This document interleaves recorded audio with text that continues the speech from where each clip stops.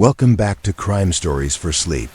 Tonight we drift deeper into the quiet corridors of documentation, where police reports rest in their careful order, each page holding fragments of human experience transformed into the measured language of official record. Let these stories of methodical investigation and patient documentation carry you gently toward rest. The report writing room on the third floor had been designed for contemplation rather than urgency.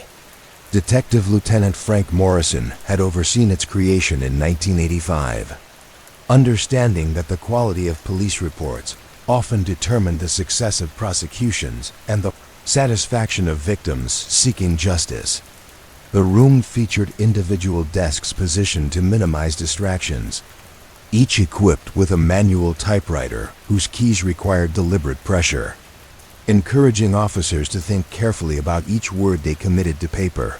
Officer Janet Walsh had claimed the desk by the east window as her preferred workspace during the evening shift. The window faced the old courthouse, its brick facade softened by the warm glow of period street lamps that had been installed as part of a downtown beautification project.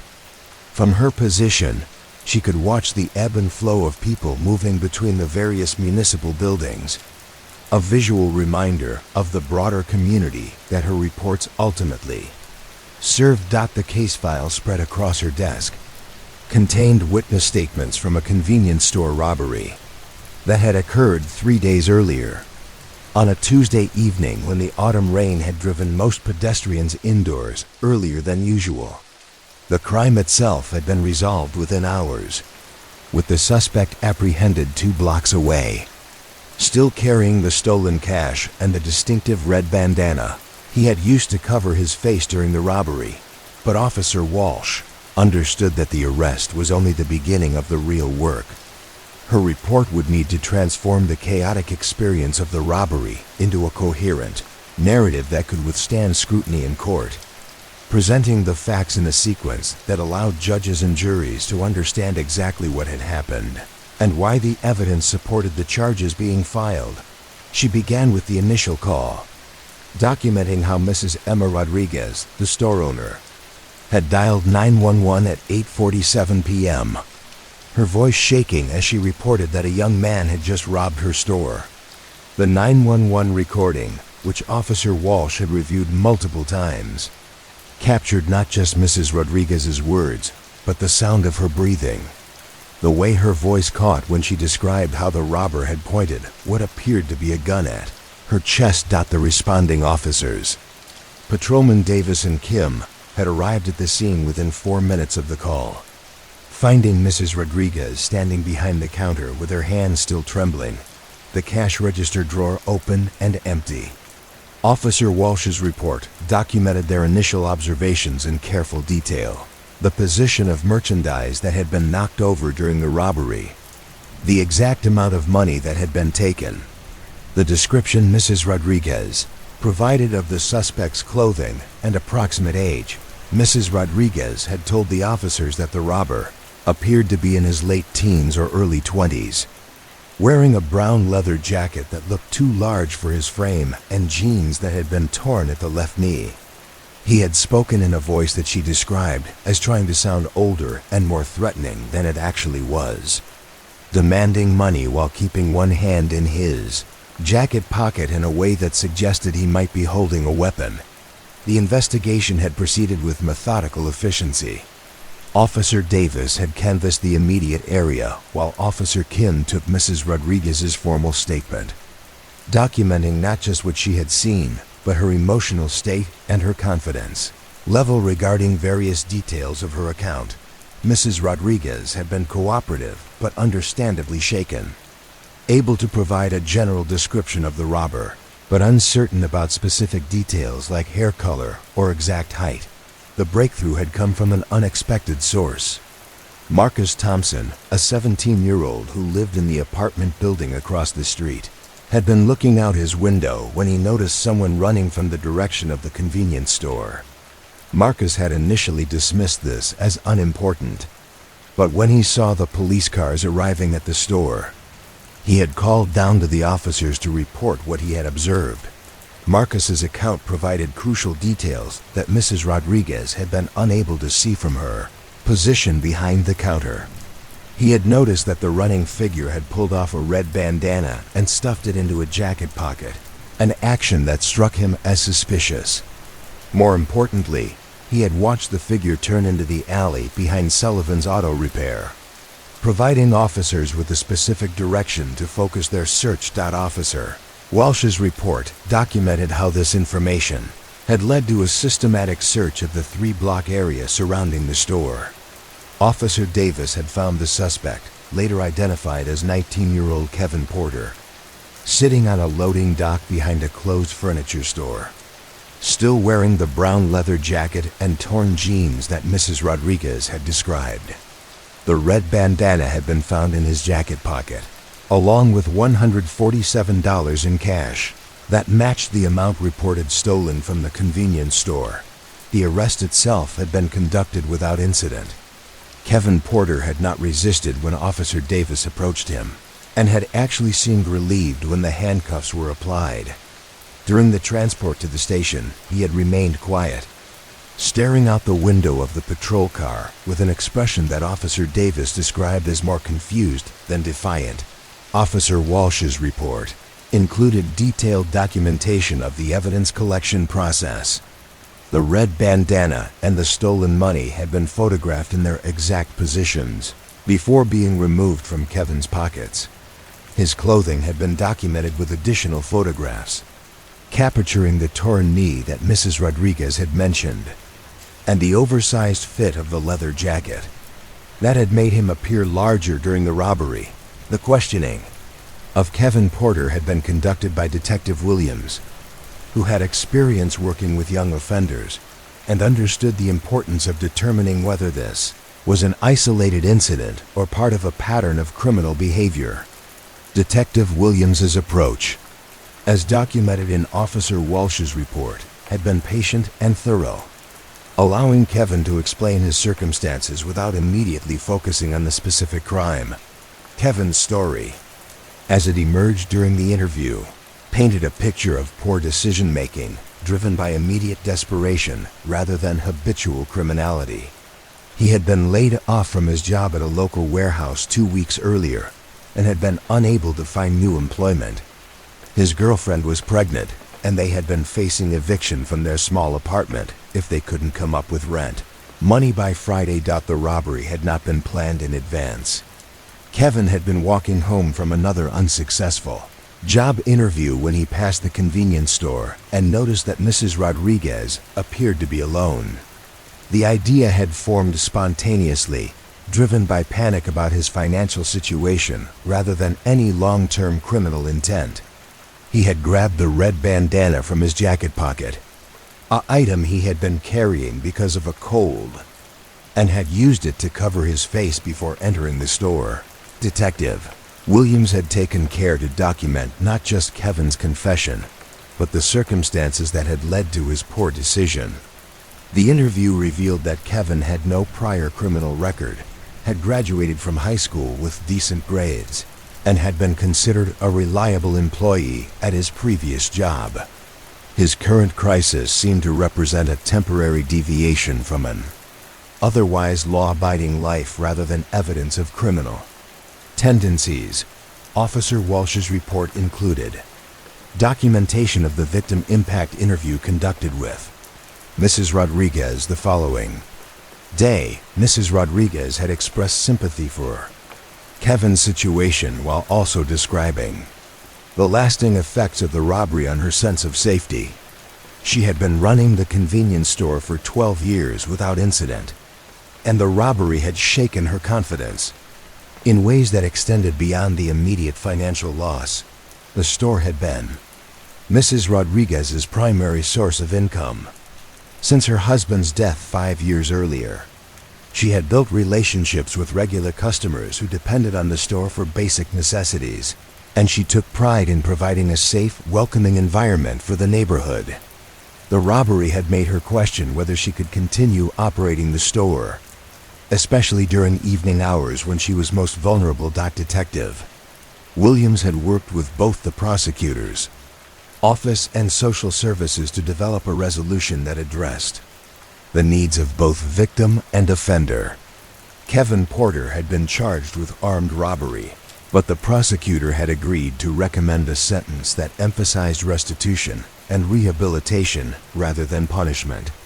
Kevin would be required to repay the stolen money, perform community service, and participate in job training programs designed to help him develop stable employment skills. Mrs. Rodriguez had been connected with a small business assistance program that provided funding for security improvements to her store. The program had paid for the installation of additional lighting, security cameras, and a silent alarm system that would allow her to summon help more quickly in case of future emergencies.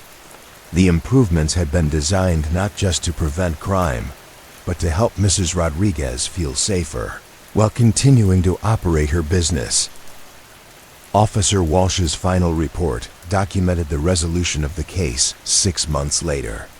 Kevin Porter had successfully completed his community service and had found steady employment with a construction company that specialized in residential renovations. His girlfriend had given birth to a healthy daughter, and they had moved into a larger apartment with help from family members who had rallied around them during the legal proceedings. Mrs. Rodriguez had kept the store open and had gradually regained her confidence, especially after the security improvements had been completed.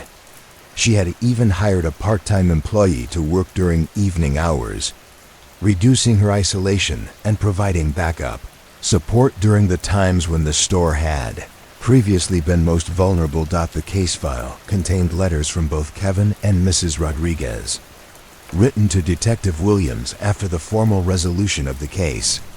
Kevin had expressed gratitude for the way he had been treated during the legal process, noting that the emphasis on rehabilitation rather than punishment had motivated him to make genuine changes in his life.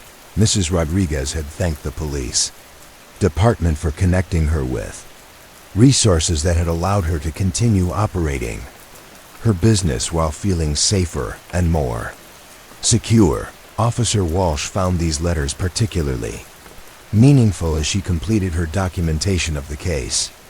They represented the kind of positive outcomes that made police work worthwhile, demonstrating how thoughtful investigation and community-oriented solutions could transform what began as a crime into an opportunity for growth and healing.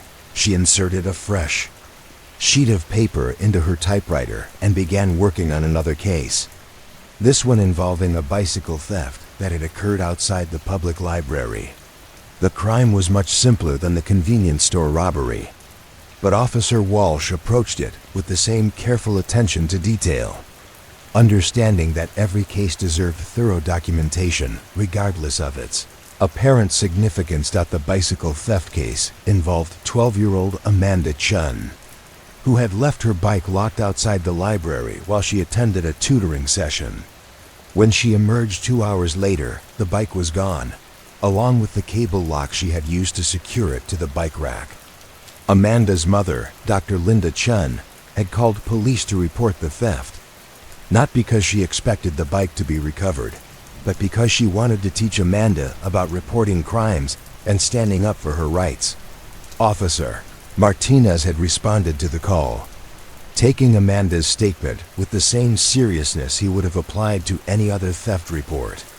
Amanda had been able to provide a detailed description of the bike, a red mountain bike with distinctive white racing stripes and a small bell that her grandmother had attached to the handlebars.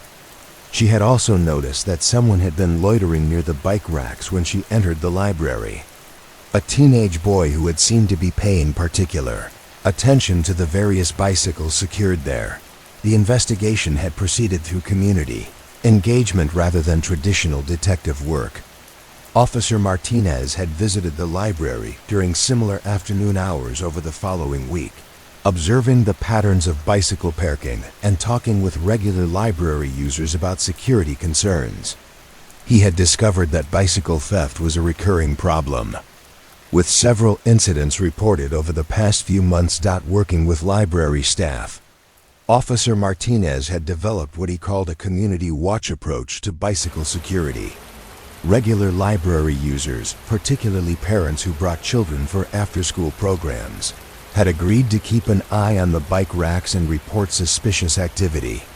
The library had also agreed to install additional lighting and to position the bike racks in areas with better visibility from inside the building. The solution to Amanda's specific case had come through this community engagement approach. Mrs. Patterson, an elderly woman who spent most afternoons reading in the library's periodical section, had noticed a teenager examining the bike racks on several occasions. She had become suspicious when she observed him testing various locks and had taken note of his general appearance and clothing. When Officer Martinez interviewed Mrs. Patterson, her description matched the person Amanda had noticed on the day her bike was stolen. More importantly, Mrs. Patterson had observed this individual arriving and leaving on different bicycles, suggesting that he was systematically stealing bikes, rather than simply looking for transportation. Arrest had been made 3 days later when Mrs. Patterson called Officer Martinez to report that the suspicious teenager was back at the library. Officer Martinez had arrived to find 16-year-old Jason Miller examining the locks on several bicycles, carrying bolt cutters in a backpack that also contained cable locks that appeared to have been cut from other bikes. Jason's case had proved more complex than Kevin Porter's convenience store robbery.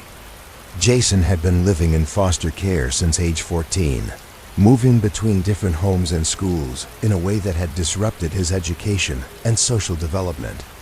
Stealing bicycles had begun as a means of transportation but had evolved into a source of income, with Jason selling stolen bikes to other teenagers who couldn't afford to purchase them legally. Officer Walsh's report documented Detective Williams's patient approach to understanding Jason's situation. The investigation revealed that Jason had been aging out of the foster care system without adequate preparation for independent living. He had been attempting to save money by stealing and selling bicycles, hoping to accumulate enough resources to rent an apartment when he turned 18. The resolution of Jason's case had required coordination between multiple social service agencies. Rather than facing traditional criminal charges, Jason had been placed in a specialized program for foster youth transitioning to independence. The program provided housing, job training, and educational support designed to give young people like Jason the skills they needed to become self-sufficient without resorting to criminal activity. Amanda Chun had gotten her bicycle back, which had been found in Jason's foster home, along with 3 other stolen bikes that were returned to their owners. Dr. Chun had written a letter expressing appreciation for the thorough investigation and noting that Amanda had learned valuable lessons about both personal responsibility and community support through the experience. Bicycle theft case had led to ongoing improvements in library security and community awareness. The bike rack area had been redesigned to provide better visibility and lighting, and regular library users had maintained their informal watch system, creating a sense of shared responsibility for maintaining a safe environment. Officer Walsh completed her report on the bicycle theft case and moved on to documentation of a vandalism incident that had occurred at Roosevelt Elementary School. Someone had spray-painted gang-style symbols on the exterior walls of the school building, creating concern among parents and teachers about potential gang activity in the neighborhood. The initial investigation, conducted by Officer Thompson, had revealed that the vandalism was not connected to actual gang activity, but was the work of 3 middle school students who had been imitating symbols they had seen in movies and television shows. The boys, all 13 years old, had been trying to appear tough and rebellious, but had no understanding of the real implications of gang symbology, or the fear their actions would create in the community. Officer Thompson's approach to the case had emphasized education rather than punishment. Working with school administrators and the boys' parents, he had arranged for the students to meet with former gang members who could explain the reality of gang life and the serious consequences of associating with gang symbols, even as a form of play or imitation. The boys had also been required to remove the graffiti themselves, working under supervision during weekend hours to clean and repaint the affected areas of the school building. The process had taken several weeks, giving them time to understand the amount of work required to repair the damage they had caused and to think seriously about the impact of their actions on their school community. Officer Walsh's documentation of the vandalism case included follow-up reports showing that all three boys had successfully completed their community service and had maintained good behavior records at school. Their parents had expressed appreciation for Officer Thompson's educational approach, noting that their sons had gained a better understanding of responsibility and community citizenship through the experience. The case had also led to the implementation of a gang awareness program at the middle school, designed to help students understand the difference between media portrayals of gang life and its harsh realities. Officer Thompson had worked with school counselors to develop age-appropriate presentations that addressed peer pressure, decision-making, and the importance of choosing positive role models. Each case that Officer Walsh documented represented hours of patient work by officers who understood that their job extended beyond simple law enforcement to include education, mediation, and community building. The reports she typed in the quiet of the third-floor writing room captured not just the facts of crimes and arrests, but the human stories behind them and the thoughtful approaches that had been used to address underlying problems. As the evening progressed, Officer Walsh continued working through her stack of cases, each one requiring careful attention to detail and thorough documentation of the investigative process. A shoplifting case at the department store had been resolved through counseling and community service rather than prosecution, after it was discovered that the teenage shoplifter was acting out following her parents' divorce. Noise complaint in the Riverside district had led to the organization of a neighborhood association that addressed not just the immediate problem, but broader issues of communication and cooperation among residents with different lifestyles and schedules. An incident of vandalism at the bus stop had been resolved when the perpetrator, an elderly man with early-stage dementia, was connected with appropriate medical care and family support. Each case told a story of police work that went beyond traditional law enforcement to encompass roles that might have been filled by social workers, counselors, mediators, or community organizers. The officers whose work Officer Walsh documented seemed to understand that maintaining order and safety required attention to the social conditions that created problems. In the first place, the typewriter keys struck the paper with steady rhythm as Officer Walsh continued her work, transforming the complex realities of human behavior into the measured language of official reports.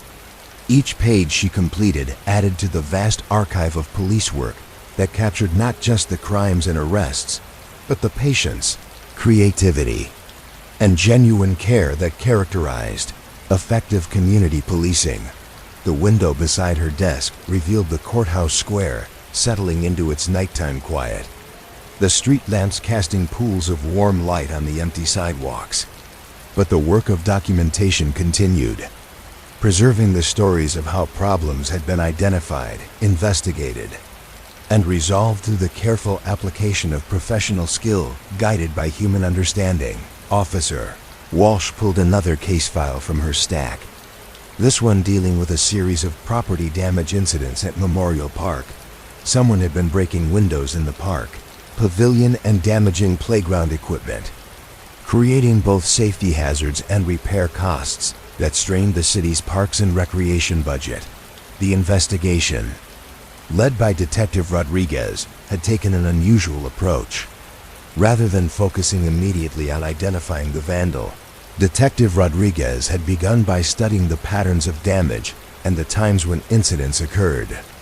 His analysis revealed that the vandalism always happened during school hours on weekdays, suggesting that the perpetrator was someone who should have been in school, but was instead spending time in the park not working with school district officials.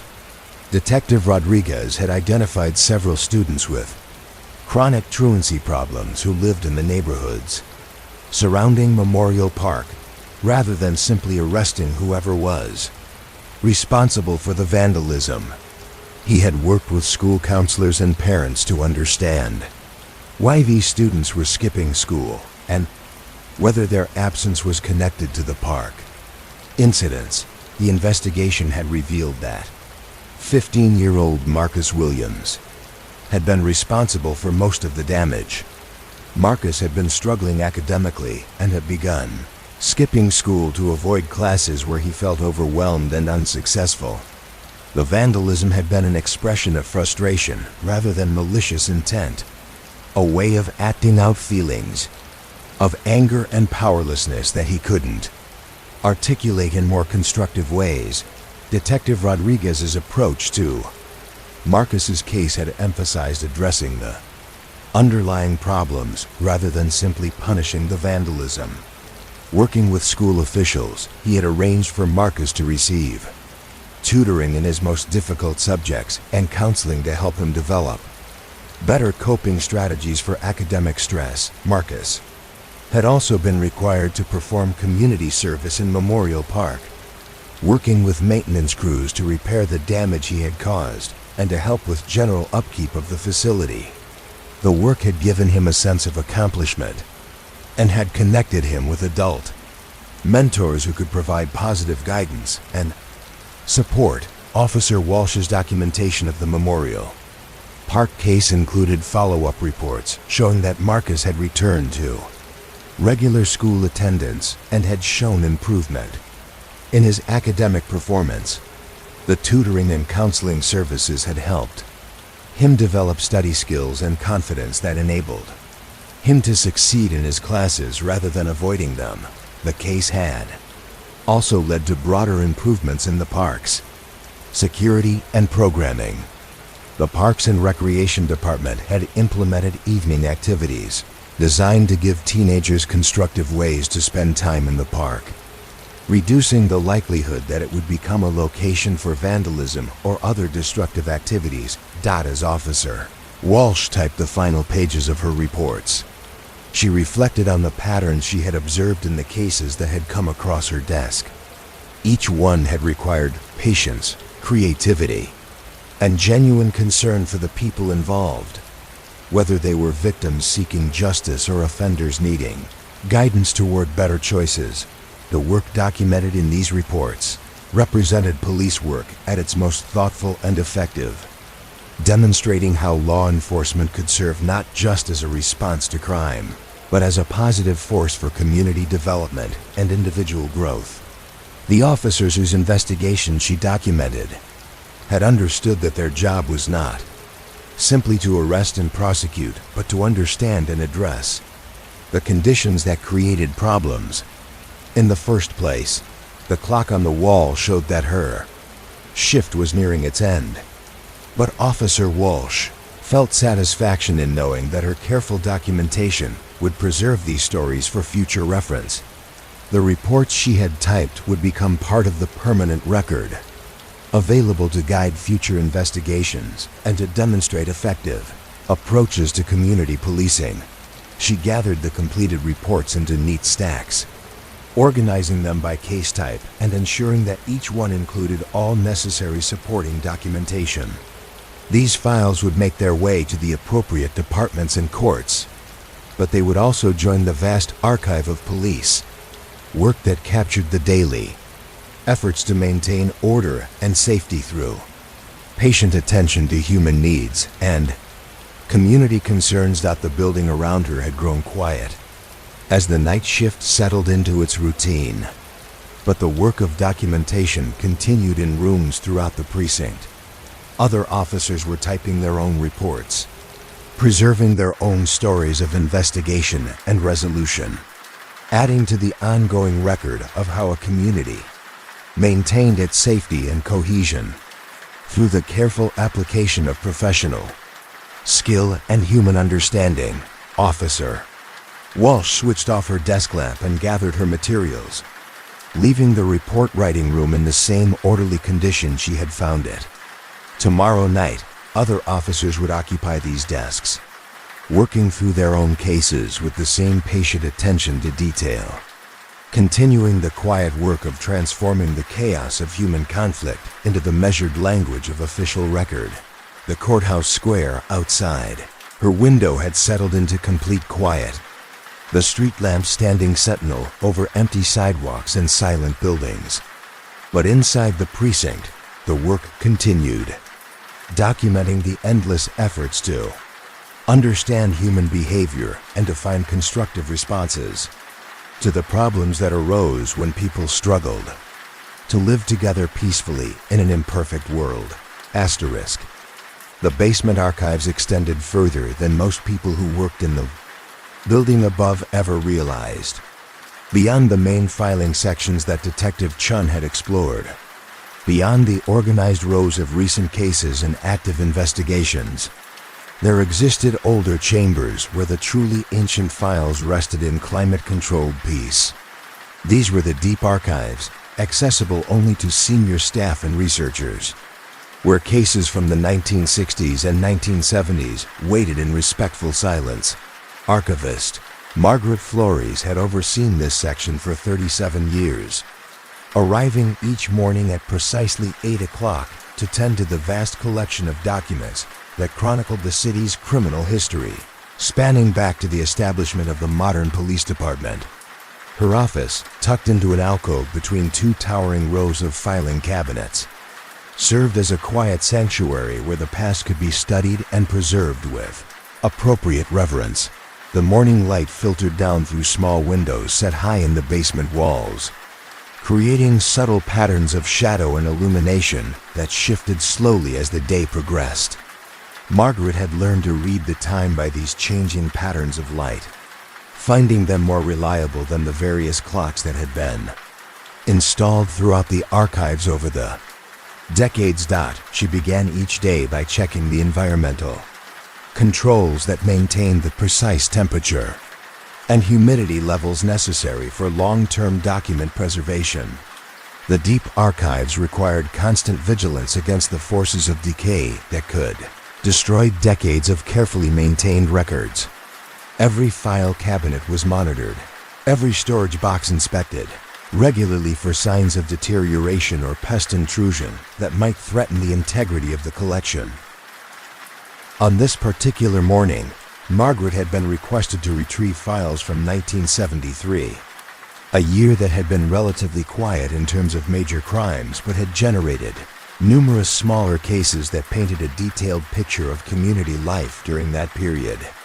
The request had come from a graduate student studying patterns of policing in mid-sized American cities, someone who understood that the most valuable historical insights often came from routine cases rather than headline-making incidents.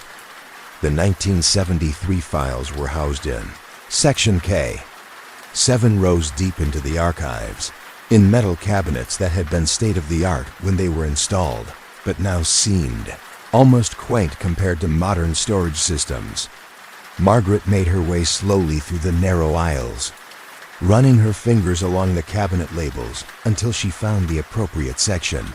Cabinet K-17 contained cases from the spring months of 1973, a period when the city had been emerging from a particularly harsh winter and when people had begun spending more time outdoors, leading to the predictable uptick in property crimes and neighborhood disputes that characterized its transition to warmer weather. The first file she pulled dealt with a case of vandalism at Central High School, where someone had painted peace symbols and anti-war slogans on the exterior walls of the main building. The incident had occurred during a period of intense national debate about the Vietnam War, and the school administration had been concerned about potential political demonstrations or campus unrest.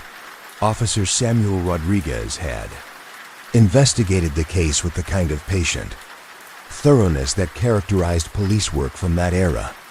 His reports, typed on manual machines that required forceful key strikes, documented his interviews with students, teachers, and neighbors who lived near the school. The investigation had revealed that the vandalism was not connected to organized political activity, but was the work of 3 17-year-old students expressing their personal opposition to the war. The students, identified as Michael Chun, David Thompson, and Robert Martinez, had been motivated by the recent death of an older brother of one of them in Vietnam. Their vandalism had been an emotional response to grief and anger rather than a calculated political statement.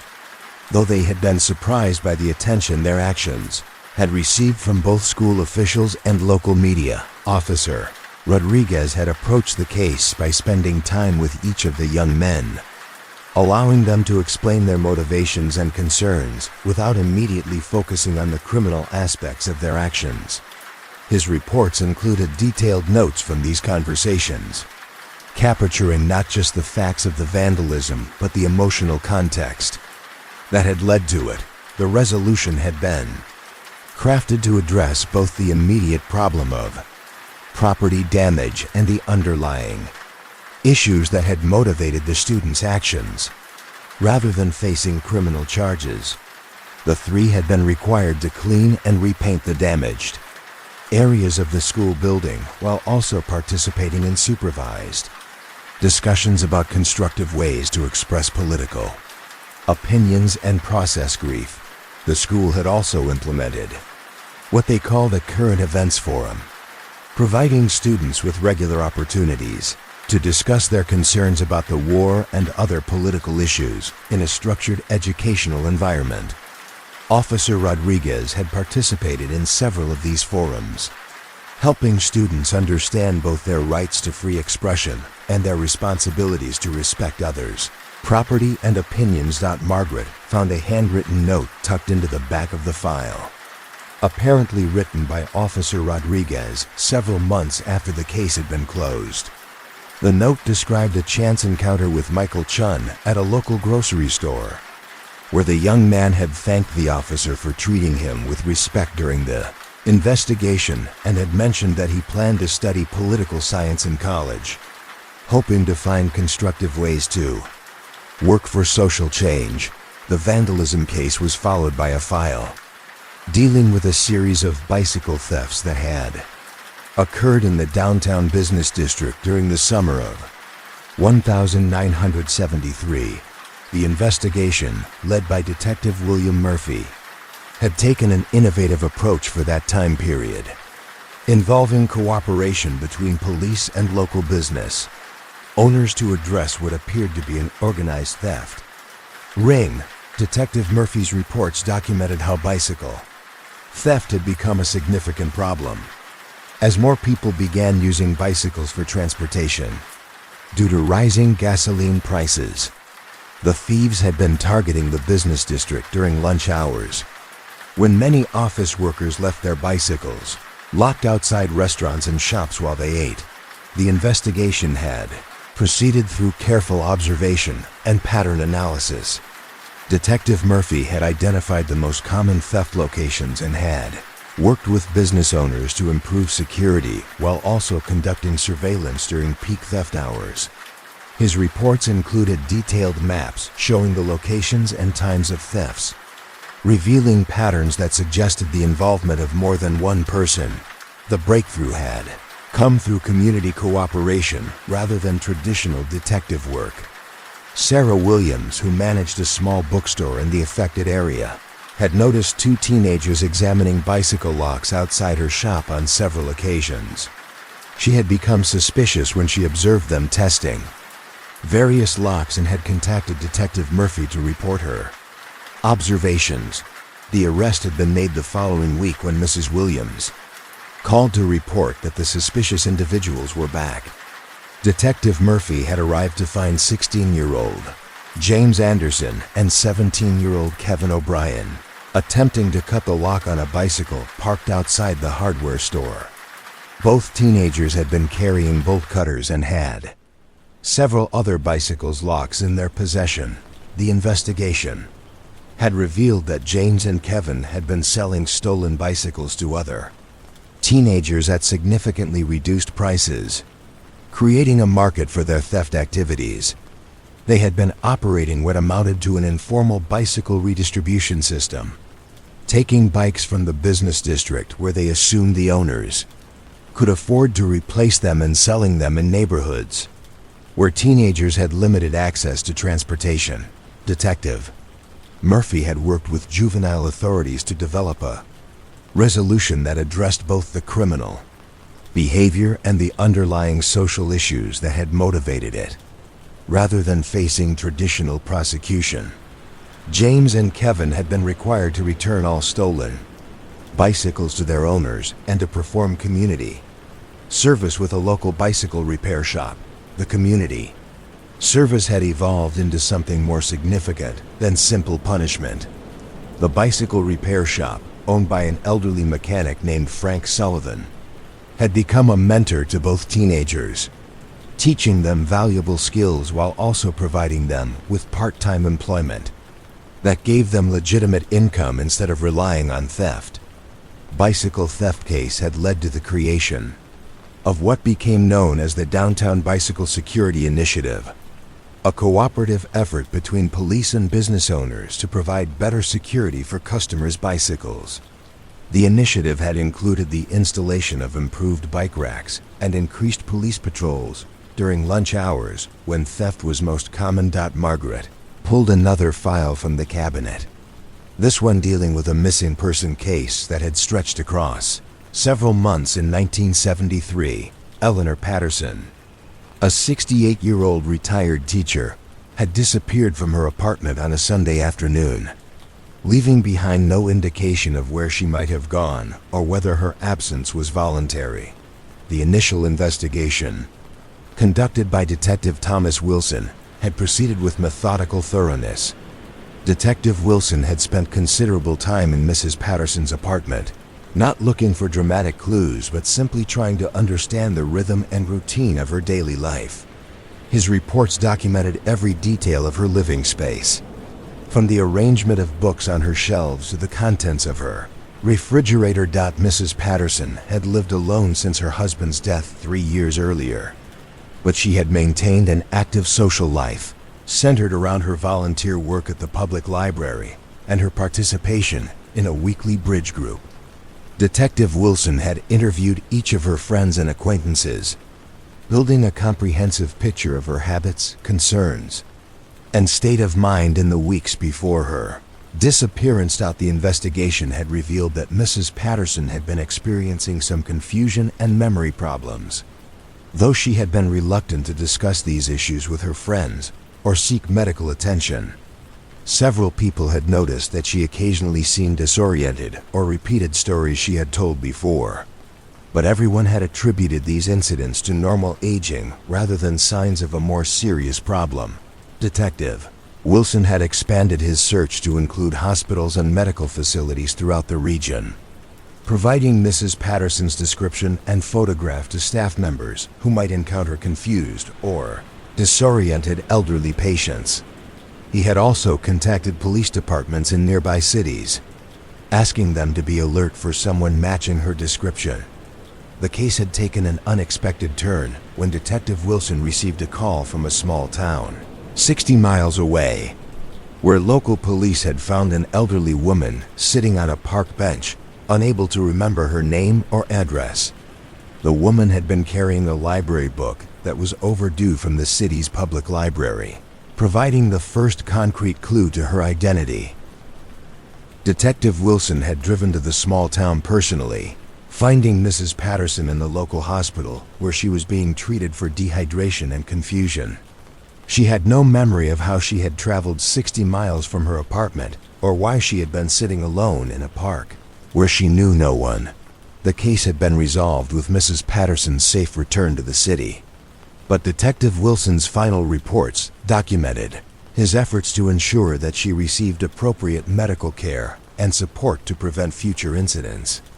He had worked with her family, who lived in another state, to arrange for regular check-ins and had connected her with social services that could provide assistance with daily living tasks. Mrs. Patterson's case had led to the development of what became known as the Silver Alert System, an early version of programs designed to quickly locate missing elderly people who might be suffering from dementia or other cognitive impairments. Detective Wilson had worked with local media to establish protocols for broadcasting information about missing seniors, recognizing that quick community response could be crucial in ensuring their safety. Margaret found these older cases particularly moving, representing police work from an era when officers had more time and latitude for the kind of comprehensive approach that Detective Wilson had brought to Mrs. Patterson's case. The reports from that period reflected a different pace of law enforcement, one that allowed for patient investigation and follow-up care that addressed underlying problems rather than just immediate crises. She pulled another file, this one dealing with a shoplifting case that had evolved into something much more significant.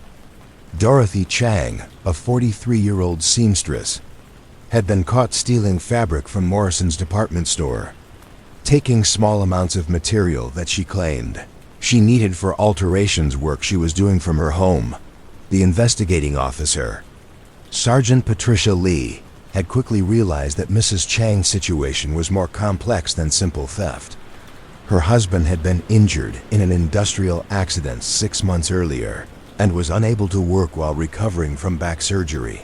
Mrs. Chang had been trying to support their family through seamstress work, but she had been unable to afford the fabric and notions necessary to complete the alterations that provided their only income. Rather than processing Mrs. Chang through the criminal justice system, Sergeant Lee had worked to understand the full scope of her family's crisis and to identify resources that could address their immediate needs.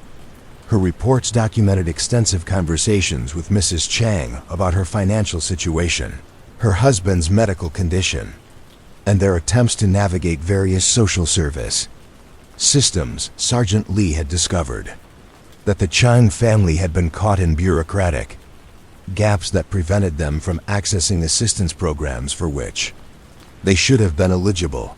Mr. Chang's injury had been work-related, but his employer had disputed the worker's compensation claim, leaving the family without income while the case was being adjudicated. The resolution had required coordination between multiple agencies and advocacy on behalf of the Chang family. Sergeant Lee had worked with social services to expedite their applications for emergency assistance while also connecting them with legal aid services that could help them navigate the workers' compensation system. The department store had agreed not to pursue charges against Mrs. Chang, instead working with Sergeant Lee to develop a payment plan that would allow her to purchase fabric legitimately while building her seamstress business. The store manager had even agreed to refer customers to Mrs. Chang for alteration work, recognizing that helping her succeed economically would prevent future theft. Margaret found follow-up reports in the file documenting the Chang family situation. 6 months later, Mr. Chang had received his workers' compensation settlement and had returned to light work, while Mrs. Chang had built a successful alteration business with a steady customer base.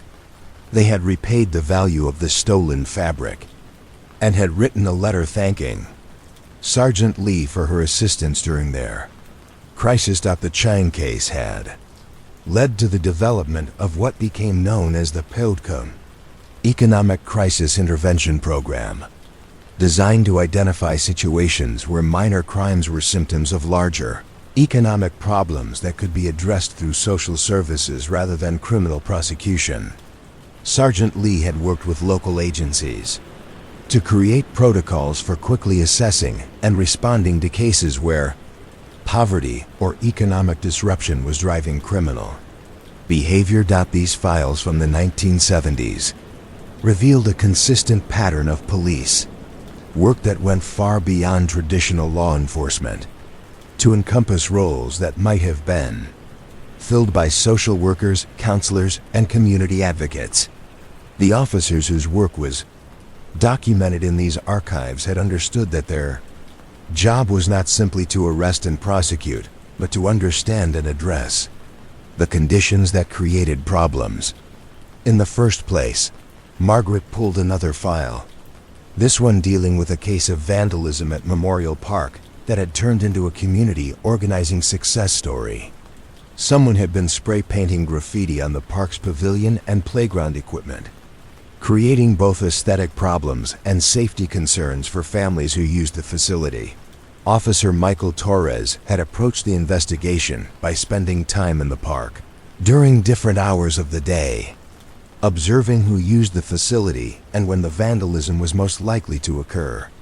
His reports documented careful observations of park usage patterns, noting that the facility was heavily used by families during afternoon and early evening hours, but was largely empty during late evening and early morning periods. The investigation had revealed that the vandalism was being committed by a group of teenagers who gathered in the park after the families had gone home, using the isolated facility as a place to socialize without adult supervision.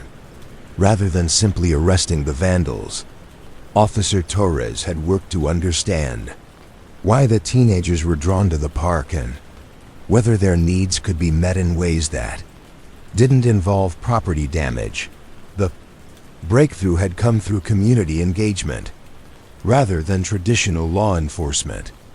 Officer Torres had organized meetings between the teenagers, park users, and neighborhood residents to discuss how the facility could be used in ways that met everyone's needs without creating conflicts or safety concerns. The resolution had been innovative for its time. The teenagers had agreed to help with park maintenance and cleanup in exchange for the city providing structured activities during evening hours when the park would otherwise be empty. The program had included basketball leagues, music activities, and informal education programs that gave young people constructive ways to spend their time. The vandalism had stopped immediately once the teenagers felt that they had legitimate access to the park and constructive activities to engage in. More importantly, the program had created ongoing connections between young people and adult mentors who could provide guidance and support during the challenging transition to adulthood. Officer Torres's final reports documented the success of the program 6 months after its implementation. The park had become a model for community-based solutions to youth crime, with representatives from other cities visiting to learn about the approach. Several of the teenagers who had initially been involved in vandalism had become program leaders, helping to recruit and mentor other young people who were struggling with similar issues. Margaret found these older cases inspiring, representing police work at its most creative and community-oriented. The officers whose investigations she was reviewing had understood that effective law enforcement required building relationships and addressing underlying social conditions, rather than simply responding to criminal incidents after they occurred. She pulled another file, this one dealing with a series of break-ins at local businesses that had been resolved through patient detective work and community cooperation. Someone had been entering small shops and restaurants during off hours, taking cash from registers and small items that could be easily carried away. Detective Robert Kim had approached the investigation by studying the patterns of the break-ins, looking for commonalities in timing, location, and method of entry. His reports documented careful analysis of each incident, noting details like the types of locks that had been defeated, the specific items that had been taken, and the routes that the burglar had likely used to approach and leave each location. Investigation had revealed that the break-ins were being committed by someone who had detailed knowledge of the targeted businesses, including information about their operating hours, security systems, and cash handling procedures. This suggested that the burglar was either an employee or former employee of one of the affected businesses, or someone who had regular contact with multiple business owners. Detective Kim had conducted extensive interviews with employees and regular customers of the affected businesses, building relationships that allowed people to share information they might not have volunteered to a stranger. His approach had been patient and non-threatening, recognizing that people would be more helpful if they felt comfortable and trusted. The breakthrough had come through what Detective Kim described as community observation rather than traditional investigation. Mrs. Helen Rodriguez, who cleaned several of the affected businesses after hours, had noticed someone she didn't recognize examining the back entrances of shops during her cleaning rounds. She had initially assumed this person was a delivery driver or maintenance worker, but when the break-ins began occurring, she had contacted Detective Kim to report her observations. Mrs. Rodriguez's description had led to the identification of 22-year-old Mark Sullivan, who had recently been fired from a janitorial service that had contracts with several of the affected businesses.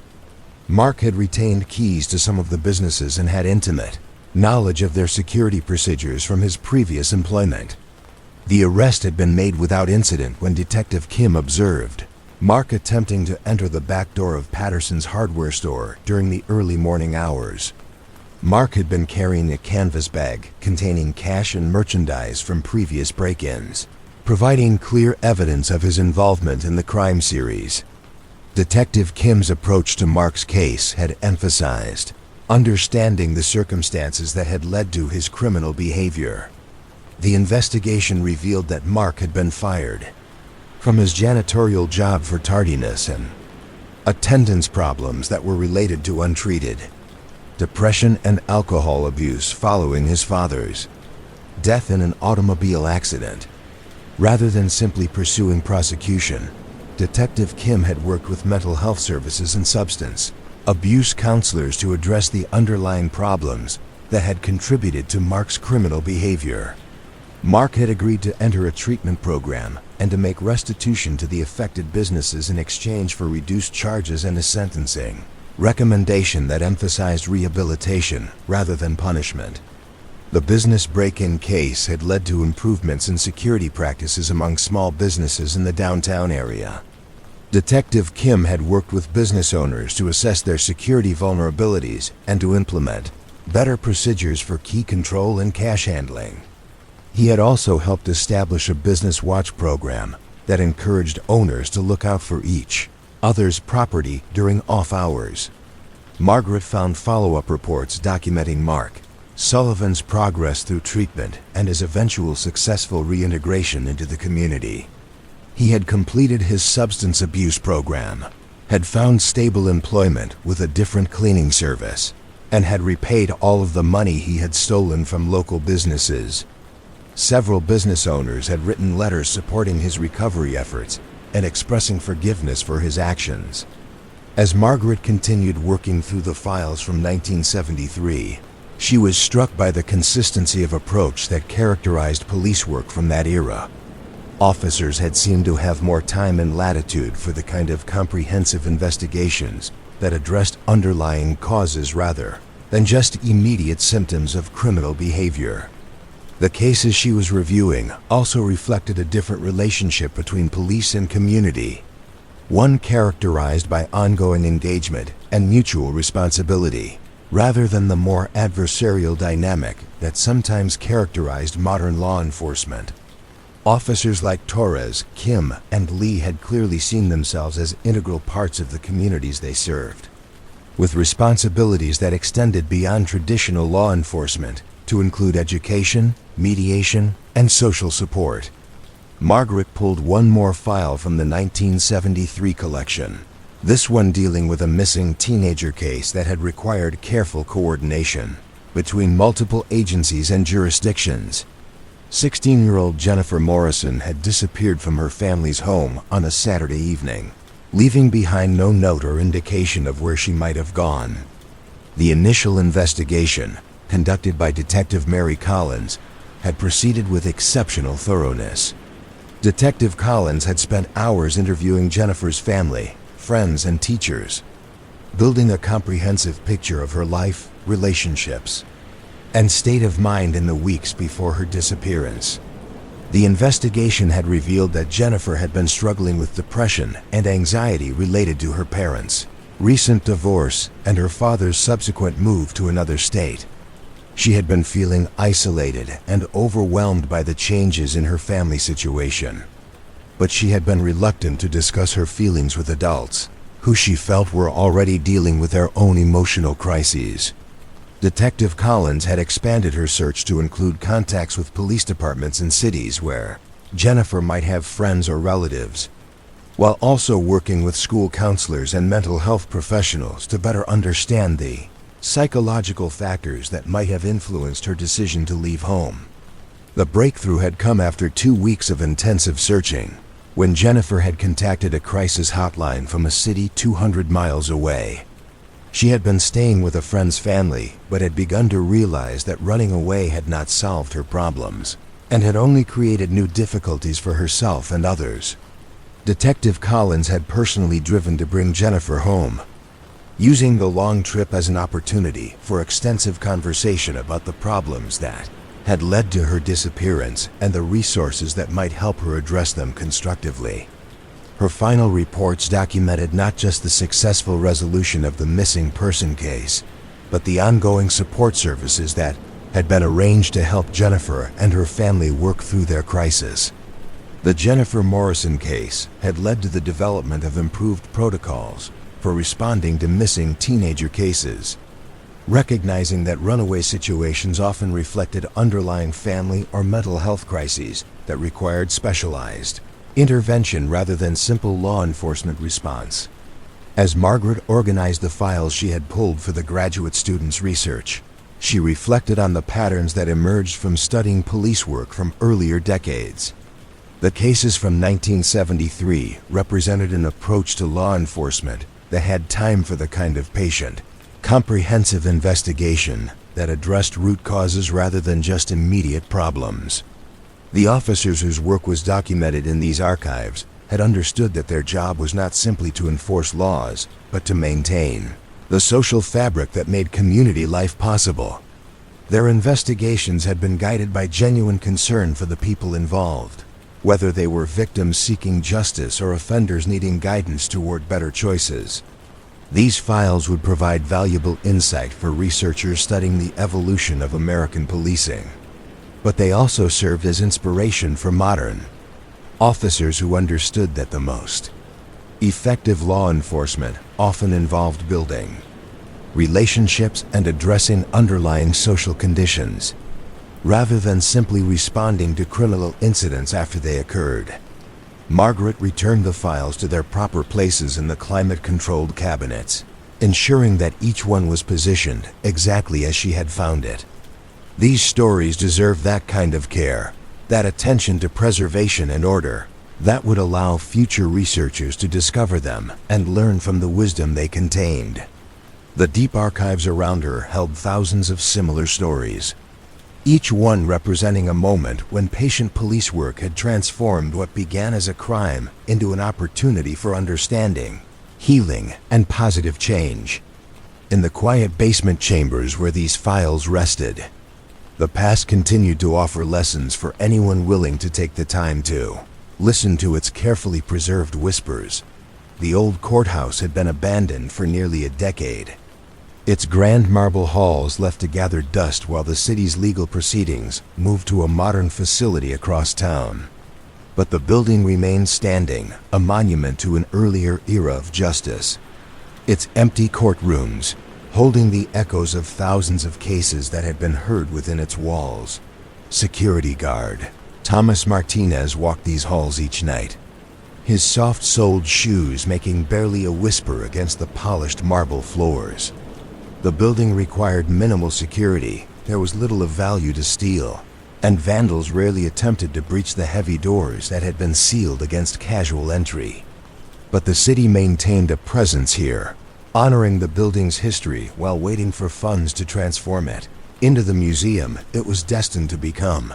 Thomas had worked this shift for 6 years, arriving each evening at sunset to begin his slow patrol through corridors that had once bustled with lawyers, defendants, witnesses, and families seeking resolution to their conflicts.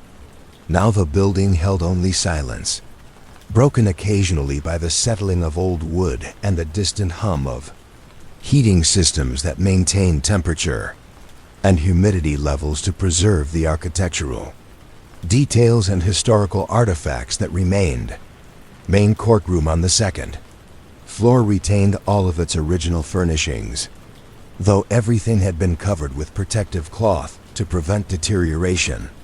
Thomas would pause here each night, standing in the doorway to observe the space where so many human dramas had unfolded over the course of nearly a century of use. Judge Margaret Patterson had presided over this courtroom for 23 years before her retirement in 1995, and Thomas had often imagined her sitting behind the massive oak bench, listening patiently to testimony and arguments before rendering decisions that would shape the lives of everyone who appeared before her.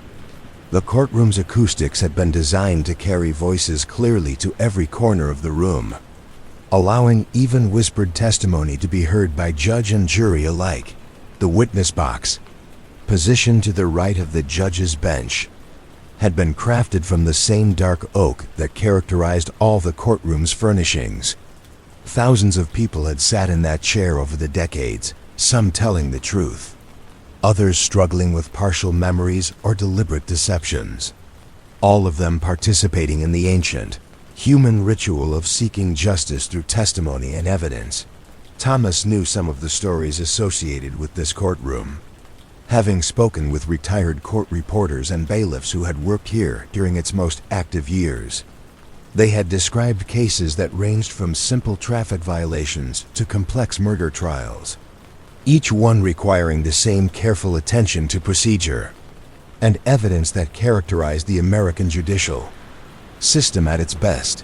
One case that had been frequently mentioned involved a young woman named Sarah Chun who had been accused of embezzling funds from the non-profit organization where she worked as a bookkeeper. The case had attracted significant community attention because the organization provided services to elderly residents, and the alleged theft had threatened programs that many people depended upon for basic support. Judge Patterson had presided over the trial with her characteristic thoroughness, ensuring that both prosecution and defense had adequate opportunity to present their evidence and arguments. The case had been complicated by the organization's poor financial record keeping, which made it difficult to determine exactly what had happened to the missing funds. The prosecution had argued that Sarah had systematically transferred small amounts of money from various accounts to cover personal expenses, including rent payments and credit card bills that she had been unable to pay from her modest salary.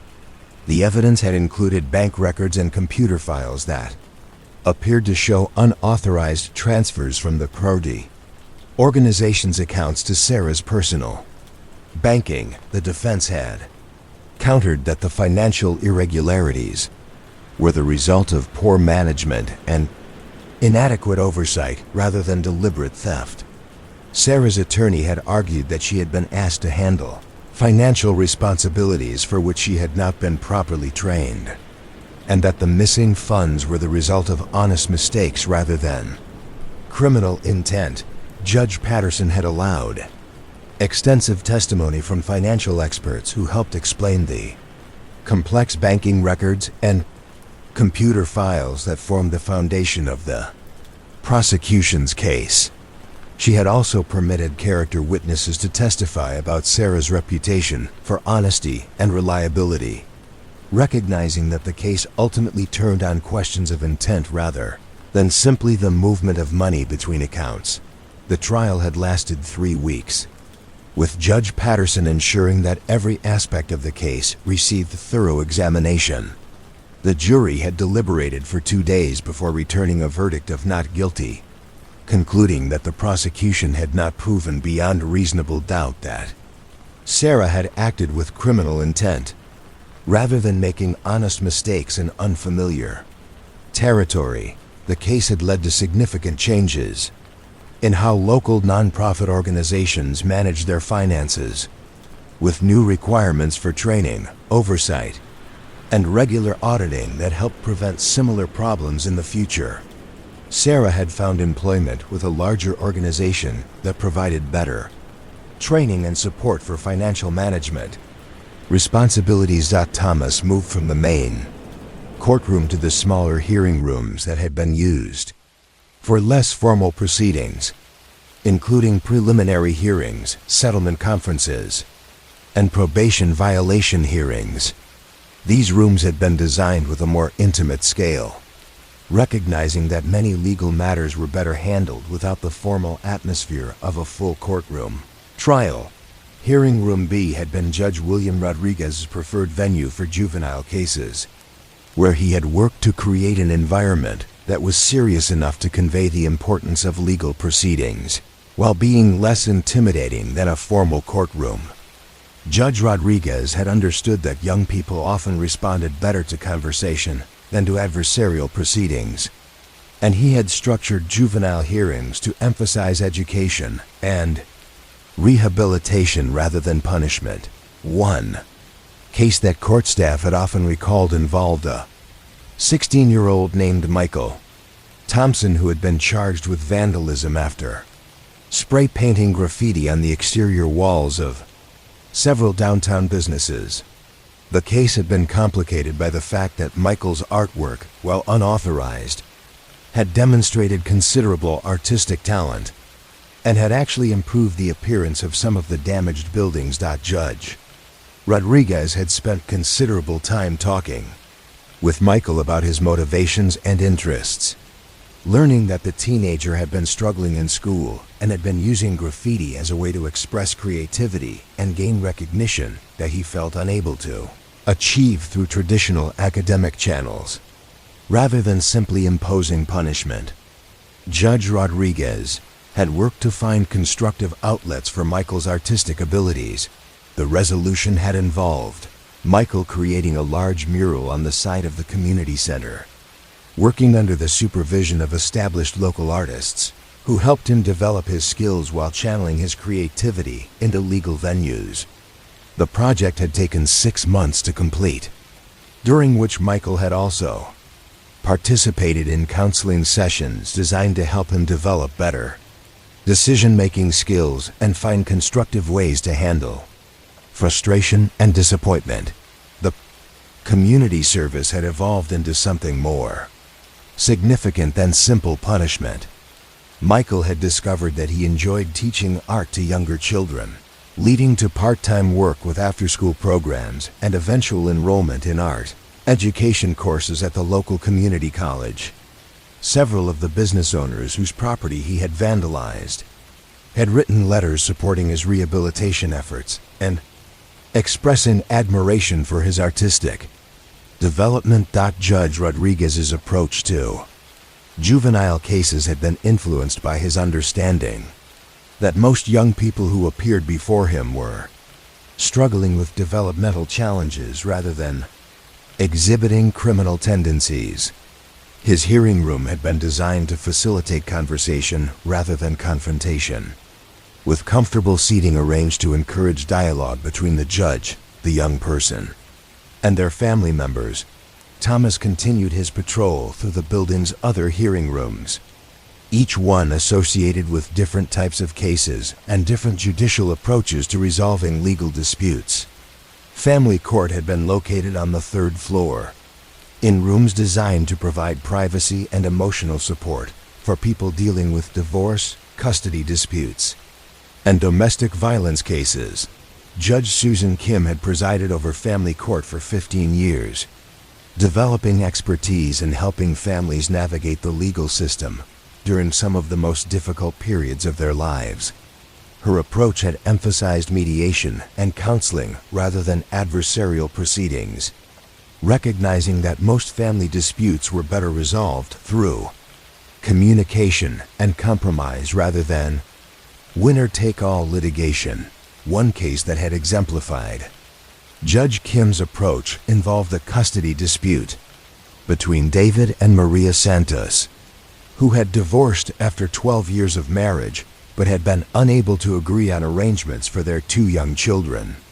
The case had been complicated by David's military deployment schedule and Maria's plans to relocate for graduate school, creating practical challenges that required creative solutions rather than conducting a traditional custody trial.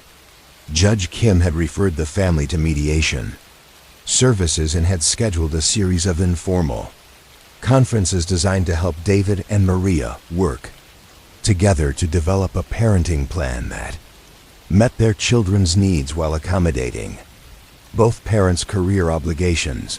The process had taken several months, with Judge Kim providing guidance and encouragement while allowing the parents to maintain control over the decisions that would shape their family's future. The final agreement had included flexible arrangements that allowed the children to spend extended time with each parent while maintaining stability in their school and social relationships. Judge Kim had followed up with the Santos family over the following year, ensuring that the custody arrangement was working effectively and making minor adjustments when changing circumstances required modifications. Both parents had expressed appreciation for the collaborative approach, noting that their children had adjusted well to the divorce because they had felt supported by both parents throughout the process. The family court approach had been extended to other types of cases that involved ongoing relationships between parties, including landlord-tenant disputes, neighborhood conflicts, and small business disagreements. Judge Kim had understood that many legal problems were symptoms of communication breakdowns rather than fundamental conflicts of interest, and that resolution often required helping people develop better ways to interact with each other. Thomas made his way to the building's basement level, where the holding cells were located. These small rooms had housed defendants during court proceedings, providing secure but humane conditions for people awaiting trial or sentencing. The cells had been designed with attention to both security and dignity, recognizing that many of the people held here had not yet been convicted of any crime. The holding area had been supervised by Deputy Sheriff Robert Chun, who had worked in the courthouse for 28 years before retiring when the building was closed.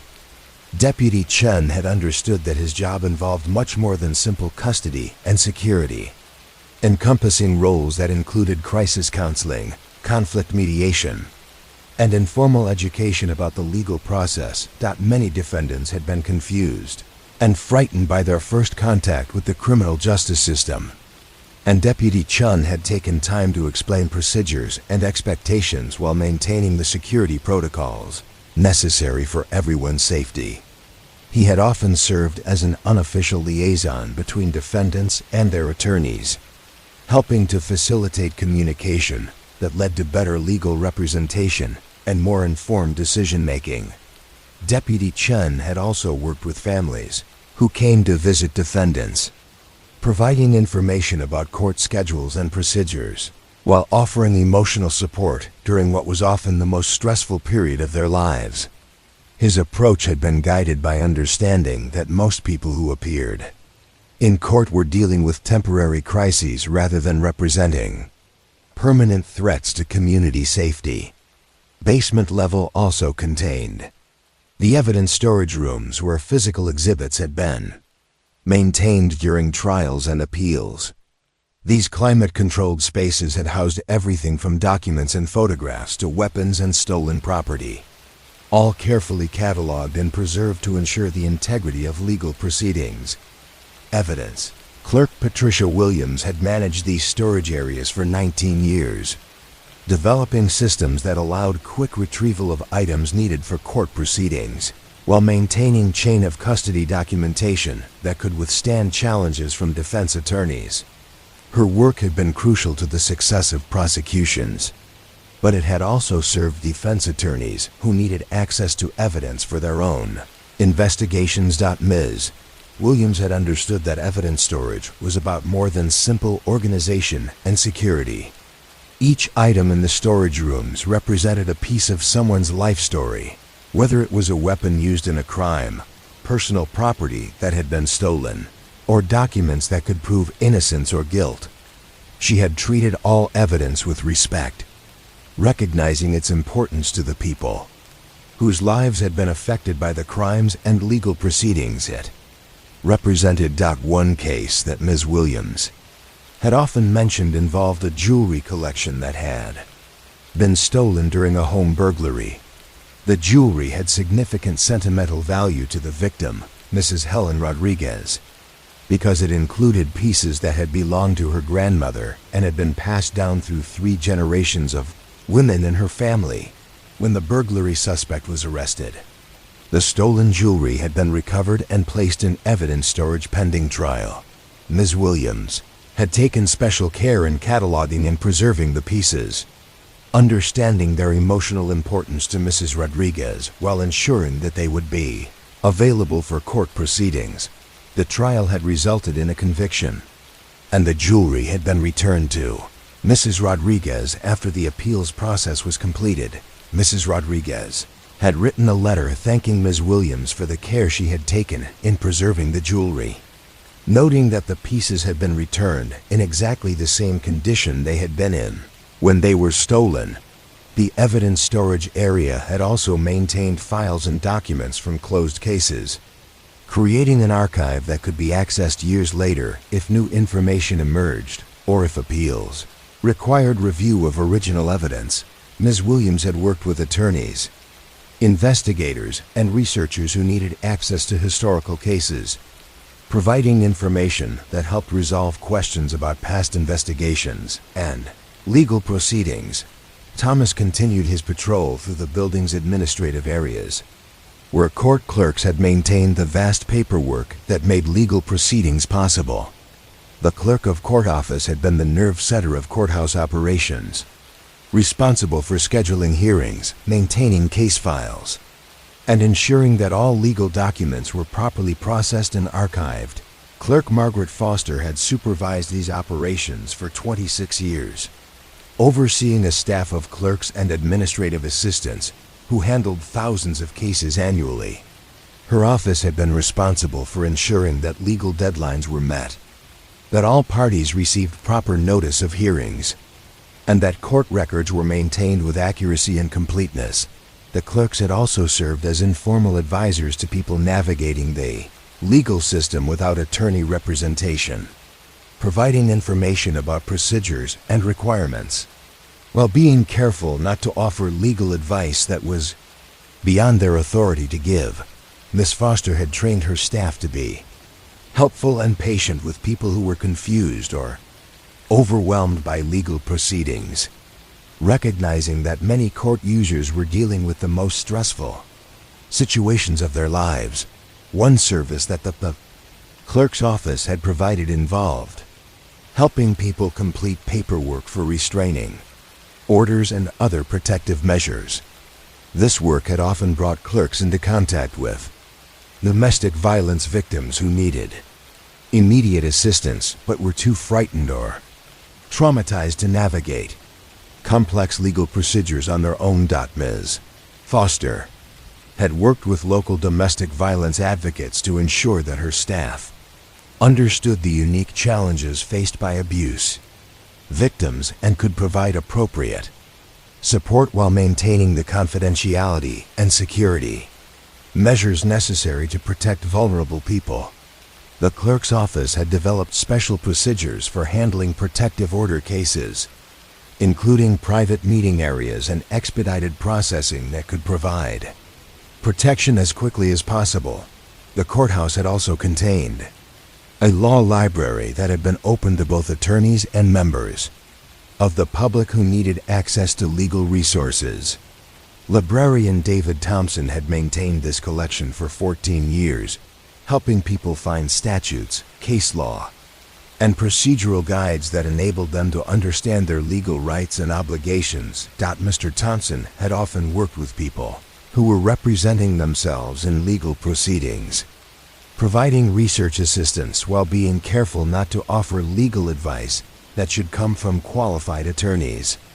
He had developed expertise in explaining complex legal concepts in plain language, helping people understand the information they found in legal texts and court decisions. The law library had been particularly valuable for people dealing with family law issues, landlord-tenant disputes, and small claims cases where attorney representation was often too expensive. For the amounts of money involved, Mr. Thompson had created research guides and reference materials that help people find relevant information quickly and understand how it applied to their specific situations. As Thomas completed his nightly patrol of the empty courthouse, he reflected on the human dramas that had unfolded within these walls over the decades of the building's active use. Every room held memories of people seeking justice, resolution, and closure to conflicts that had disrupted their lives and relationships. The building's architecture had been designed to convey dignity and permanence, reminding everyone who entered that the legal system represented society's commitment to resolving disputes through reason and evidence rather than force or personal vengeance. The marble columns and carved woodwork had created an atmosphere that encouraged respect for legal procedures and recognition of the serious responsibilities that came with participating in judicial proceedings. But beneath the formal atmosphere, the courthouse had been filled with human emotion and personal struggle. Families had been reunited and divided. Defendants had been convicted and acquitted. Victims had found justice and disappointment, all within rooms that now stood empty but still echoed with the voices of people who had participated in the eternal human effort to balance competing claims and interests through legal process.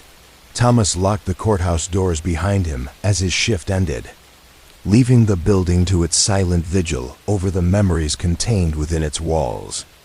The physical structure would remain standing, waiting for its transformation into a museum that would preserve its history and educate future generations about the evolution of American justice. But the real legacy of the courthouse lay not in its architecture or artifacts, but in the thousands of cases that had been resolved within its walls through the patient application of legal procedures designed to protect individual rights while maintaining community order. Each case had been a small but significant contribution to the ongoing human effort to live together peacefully despite differences of interest, opinion, and circumstance. The empty courtrooms and hearing rooms would continue to hold these memories, silent witnesses to the daily work of justice that had transformed countless conflicts into opportunities for resolution, understanding, and healing. In the quiet halls where justice had once spoken aloud, silence now preserved the echoes of voices raised in testimony, argument, and judgment, waiting to inspire future generations who would face their own challenges in maintaining the delicate balance between individual freedom and collective responsibility. The old courthouse stood as a monument to the patient work of justice, its empty chambers holding the accumulated wisdom of decades of legal proceedings that had shaped the community it served.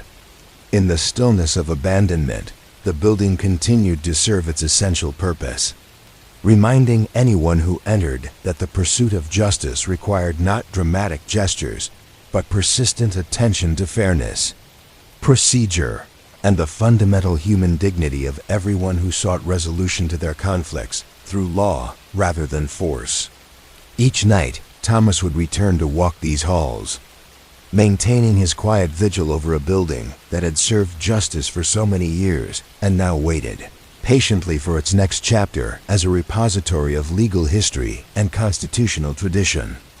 The courthouse slept, but its legacy lived on in the precedents established, the lives changed, and the community trust built through countless individual cases that had demonstrated the possibility of resolving human conflicts through reason, evidence, and mutual respect for the rule of law. Mrs. Eleanor Patterson had lived on Maple Street for 47 years, watching the neighborhood evolve through cycles of growth, decline, and renewal.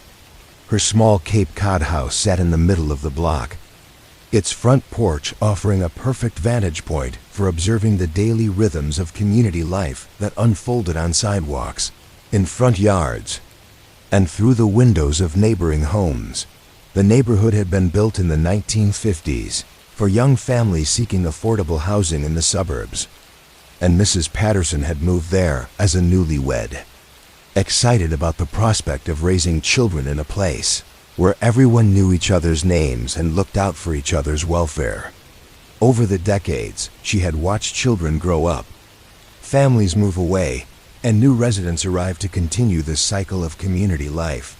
On this particular autumn evening, as Mrs. Patterson sat on her porch with a cup of tea in the day's mail, she noticed unusual activity at the Johnson house across the street. Police cars were parked in the driveway, their red and blue lights creating intermittent flashes against the white colonial shuttered windows. But there was something different about this police presence, something that spoke of resolution rather than crisis. Detective Sarah Williams emerged from the front door of the Johnson house, followed by 16-year-old Marcus Johnson and his parents, Robert and Linda. The family stood together on their front steps, talking quietly with the detective in a way that suggested cooperation rather than confrontation. Mrs. Patterson had known the Johnson family since they moved to the neighborhood 8 years earlier, and she had watched Marcus grow from an energetic 8-year-old into a thoughtful teenager who helped elderly neighbors with yard work and snow removal. The previous month, there had been a series of car break-ins throughout the neighborhood, with various items stolen from vehicles parked in driveways and on the street. Mrs. Patterson's own car had been entered, though the only thing taken was a small emergency flashlight from her glove compartment. Other neighbors had lost more valuable items, including electronics, tools, and in one case, a purse containing credit cards and identification. The break-ins had created an atmosphere of anxiety that was unusual for Maple Street, where most residents had felt comfortable leaving their cars unlocked and their front doors open during pleasant weather. People had begun parking in garages, installing security lights, and viewing unfamiliar faces with suspicion that contradicted the neighborhood's traditionally welcoming character. Detective Williams had investigated the break-ins with patience and thoroughness, understanding that property crimes in residential neighborhoods often reflected larger community dynamics rather than simple criminal behavior. Her investigation had involved not just gathering evidence, but understanding the social context that might have contributed to the crimes.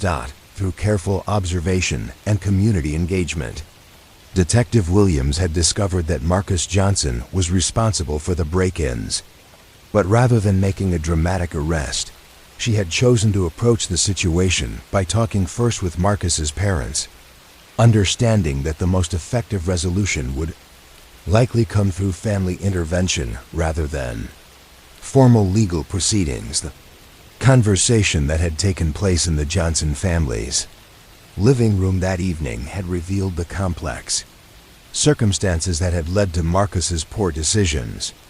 His father, Robert, had been laid off from his job at the local manufacturing plant 6 months earlier, creating financial stress that the family had tried to hide from neighbors and friends. Marcus had overheard conversations about unpaid bills and potential foreclosure, leading him to attempt to help by stealing items that could be sold to provide money for his family. Marcus's intentions had been motivated by love and desperation rather than greed or criminal thinking. He had chosen to steal relatively small items that he hoped wouldn't be missed, and he had been careful to avoid taking anything that appeared to have significant sentimental value.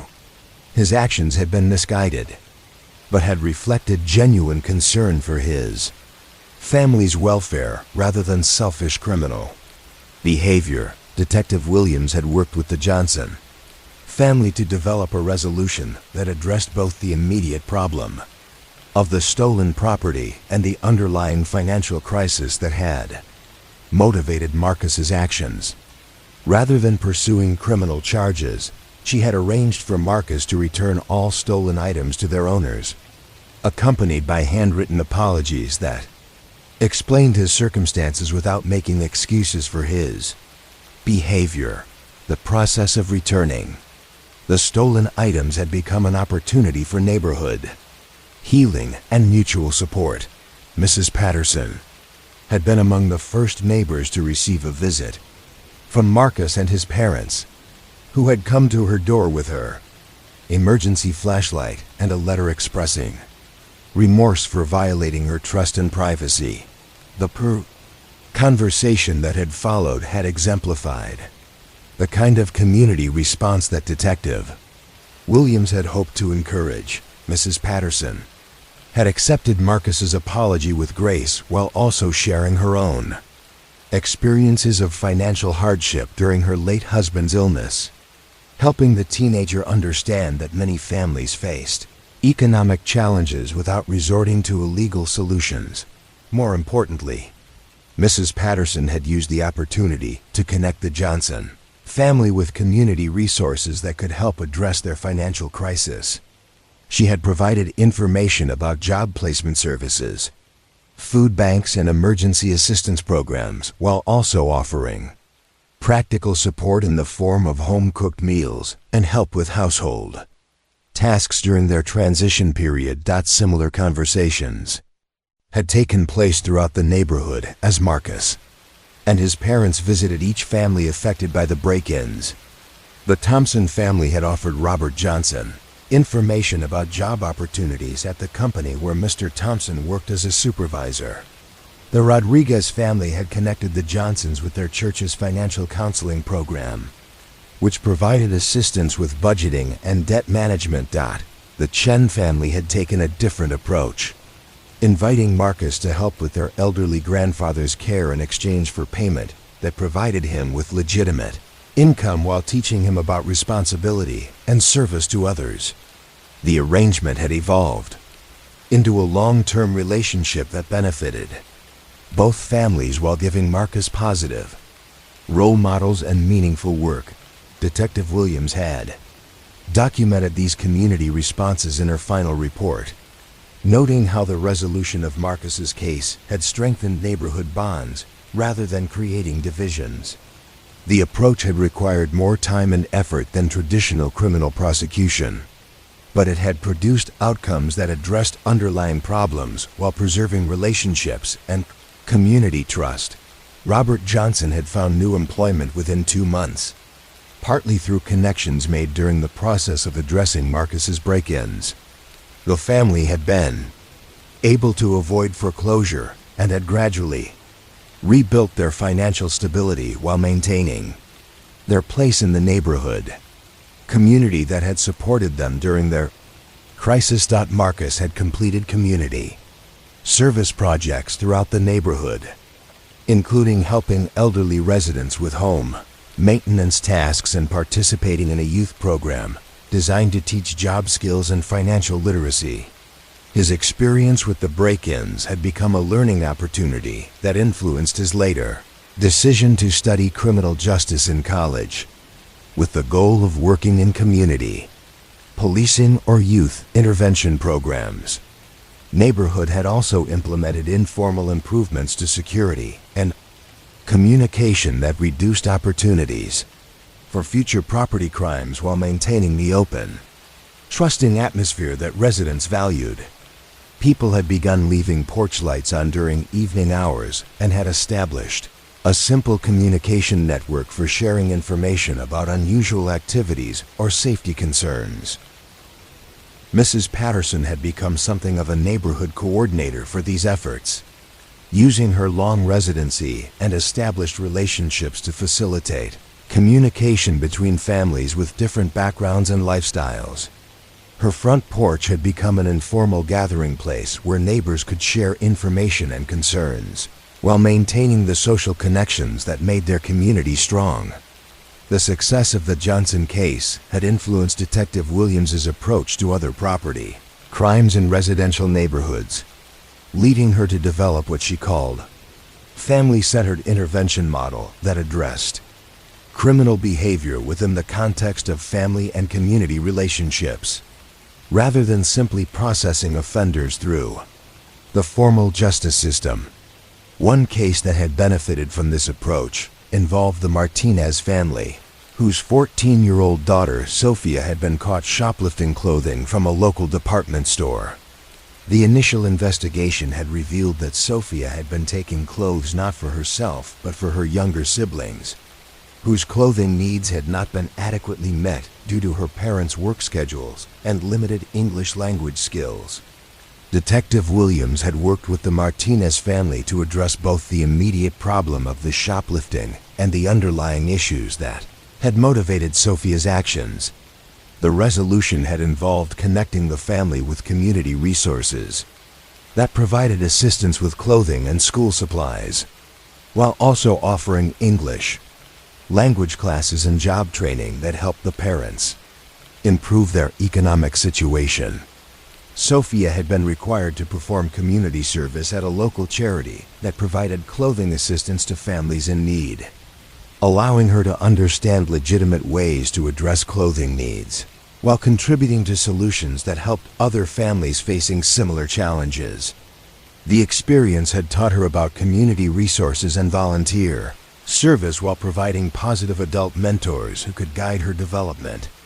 The Martinez case had also led to improvements in how the school district communicated with immigrant families about available resources and support services.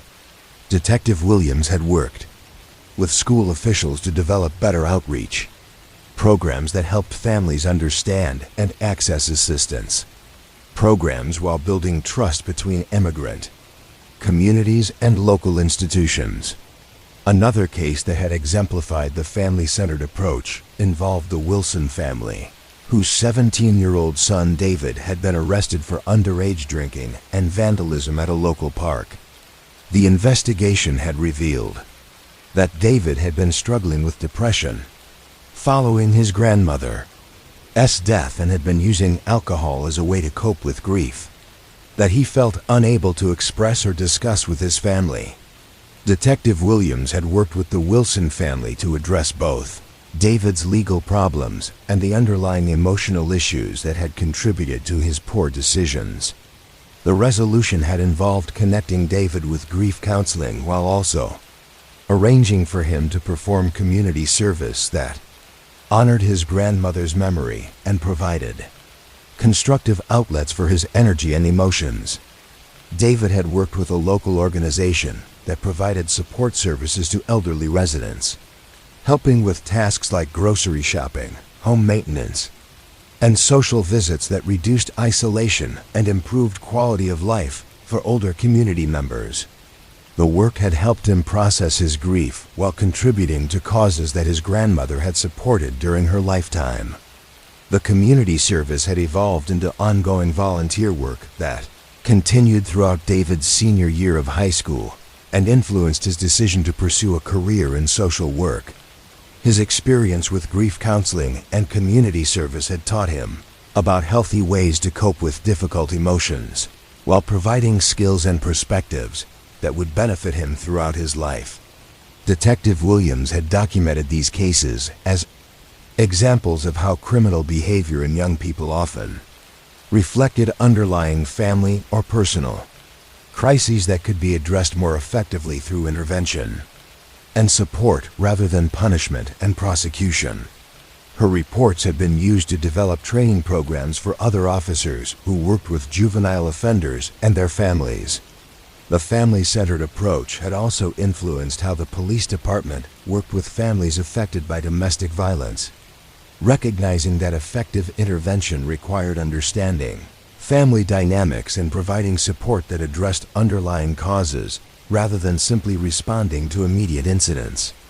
One case that had demonstrated this approach involved the Thompson family, where domestic violence had escalated to the point where neighbors had called police after hearing loud arguments and sounds of physical confrontation. The traditional response would have involved arrest and prosecution, but Detective Williams had worked with domestic violence specialists to develop a more comprehensive intervention. The approach had involved temporary separation to ensure immediate safety, followed by counseling and support services for both partners that addressed the underlying issues contributing to violence in their relationship. Mr. Thompson had participated in anger management and substance abuse treatment, while Mrs. Thompson had received counseling and job training that gave her greater independence and financial security.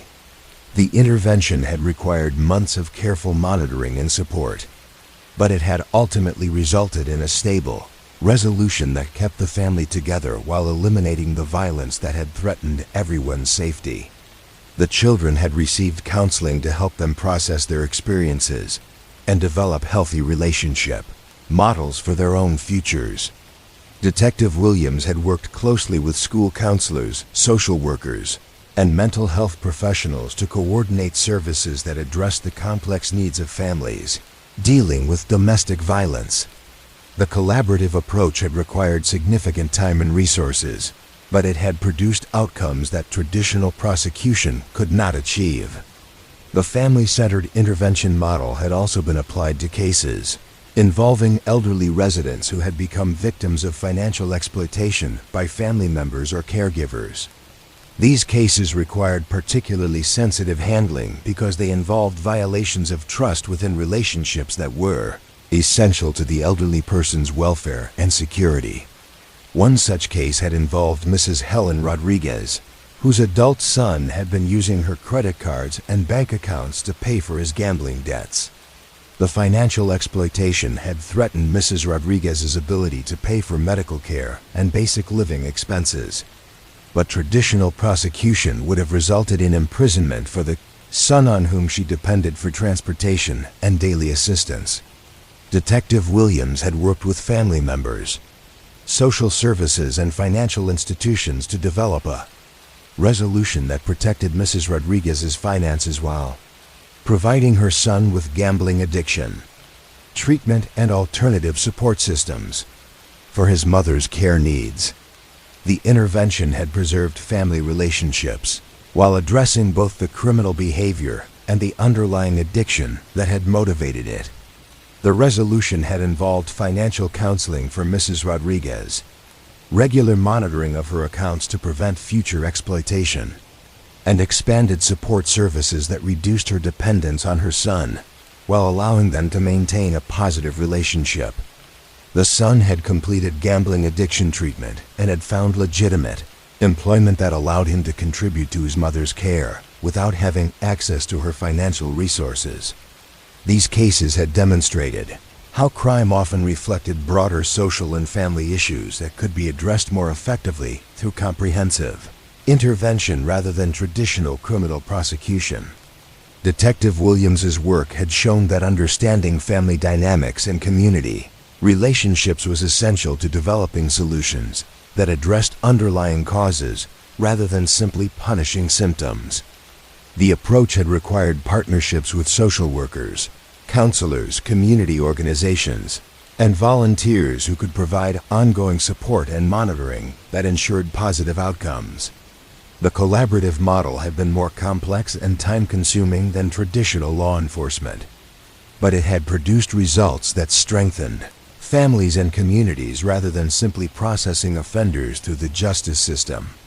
As Mrs. Patterson reflected on the changes she had observed in her neighborhood over the years, she recognized that the most effective responses to crime had been those that strengthened community connections and addressed underlying problems rather than simply imposing punishment.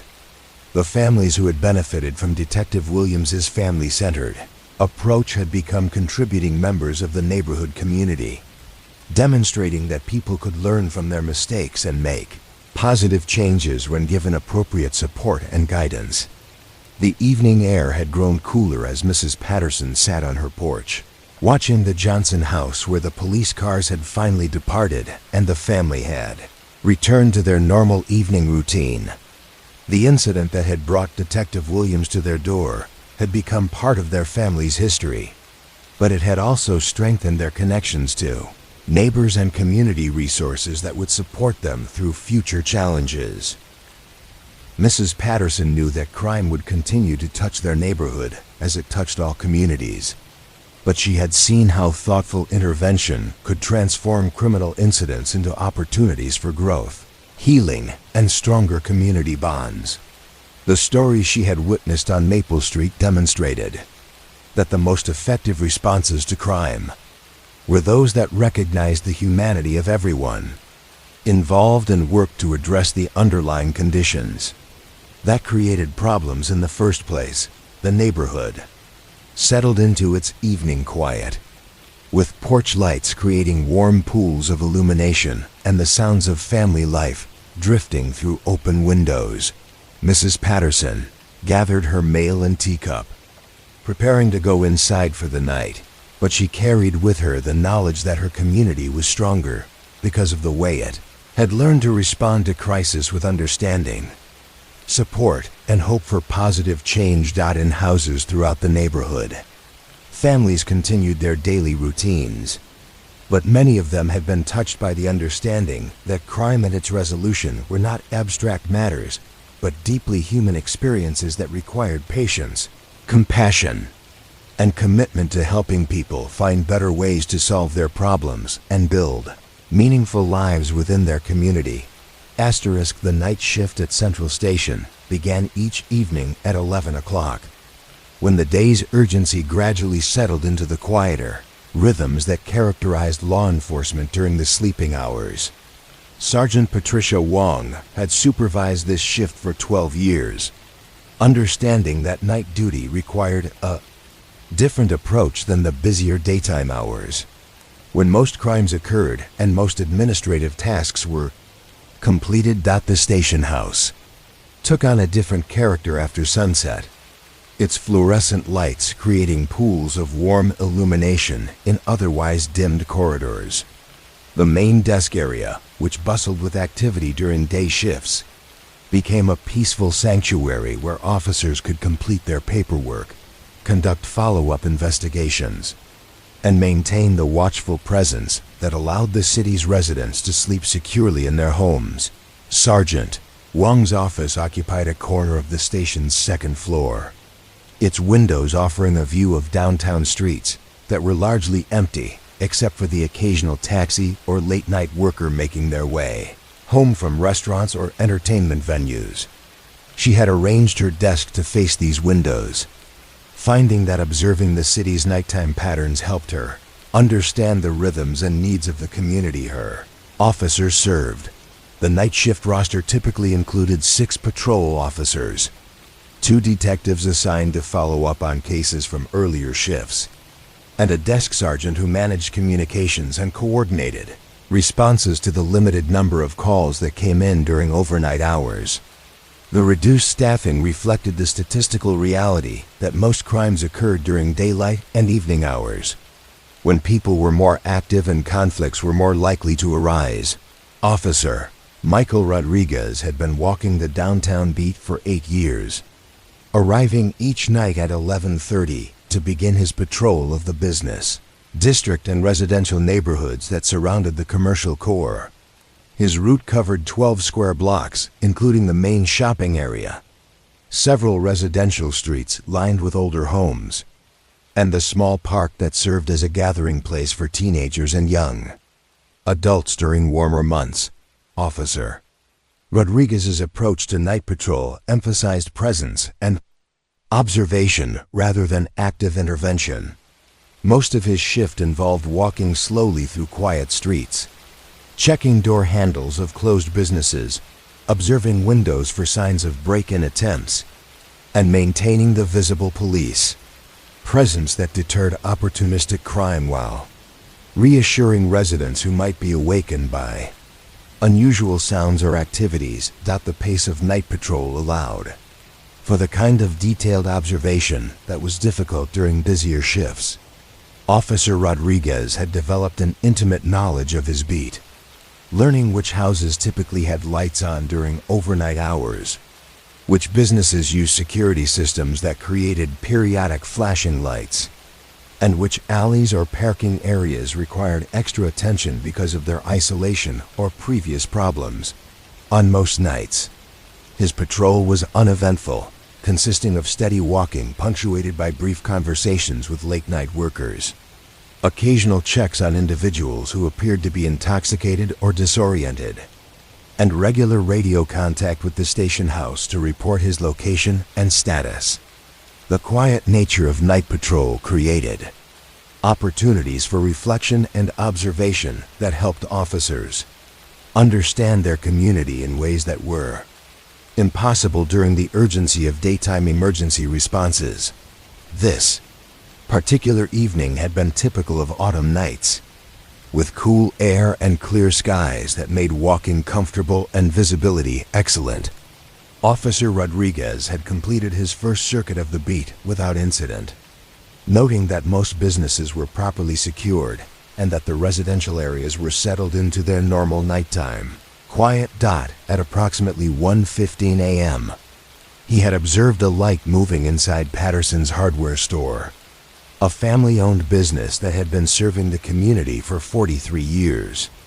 The light appeared to be a flashlight or similar portable illumination, moving in patterns that suggested someone was searching through the store's interior rather than conducting legitimate business or security checks.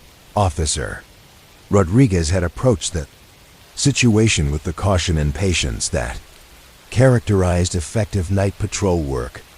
Rather than immediately calling for backup or attempting to apprehend whoever was inside the store, he had positioned himself where he could observe the building's exits while radioing for additional units to assist with what appeared to be a burglary in progress.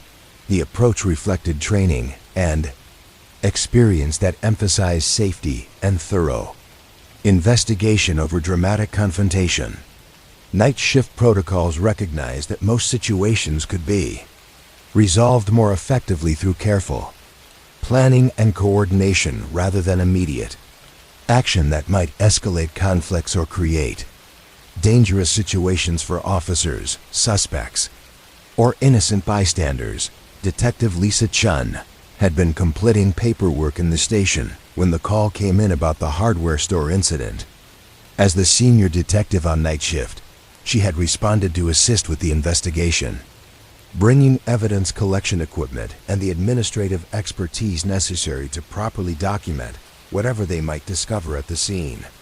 The backup units had arrived within 6 minutes, positioning themselves to cover all possible escape routes while Officer Rodriguez and Detective Chen approached the store's main entrance.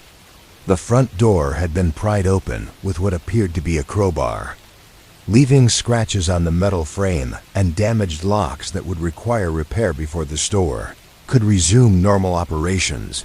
Inside the store, they had found 17-year-old Kevin Morrison attempting to remove several power tools from a locked display case. Kevin had not resisted arrest, appearing more confused and frightened than defiant when the officers activated their flashlights and identified themselves. The tools he had been attempting to steal were expensive cordless drills and saws that would have significant resale value. Detective Chun had conducted the initial interview with Kevin in the patrol car, following protocols designed to ensure that juvenile suspects understood their rights, while also gathering information necessary for the investigation. Kevin's responses had revealed a situation that was more complex than simple theft, involving family circumstances that required careful consideration rather than routine prosecution. Kevin had explained that his father, Robert Morrison, had been laid off from his construction job 6 weeks earlier and had been unable to find new employment despite extensive searching. The family had been struggling to pay rent and utilities while also covering the costs of Kevin's mother's medical treatment for diabetes, which required expensive medications and regular doctor visits. The tools Kevin had been attempting to steal were similar to those his father had been forced to sell in order to pay bills, effectively ending Robert's ability to work as an independent contractor or small renovation specialist. Kevin had hoped that stealing replacement tools would allow his father to resume the side work that had previously supplemented the family's income from his regular employment. Detective Chun had recognized that Kevin's situation represented the kind of economic desperation that often drove otherwise law-abiding people to make poor decisions. Rather than simply processing him through the juvenile justice system, she had chosen to contact Kevin's parents and arrange for a family conference that could address both the immediate legal issues and the underlying problems that had motivated the Kandiv attempted theft. The conference had taken place at the police station later that morning, with Kevin's parents, Detective Chen, and a social worker who specialized in family crisis intervention. The discussion had revealed the full scope of the Morrison family's financial difficulties while also exploring legitimate resources that might help them address their problems without resorting to illegal solutions. Robert Morrison had been embarrassed and apologetic about his son's actions, but he had also been grateful for the opportunity to explain their circumstances and explore alternatives to criminal prosecution.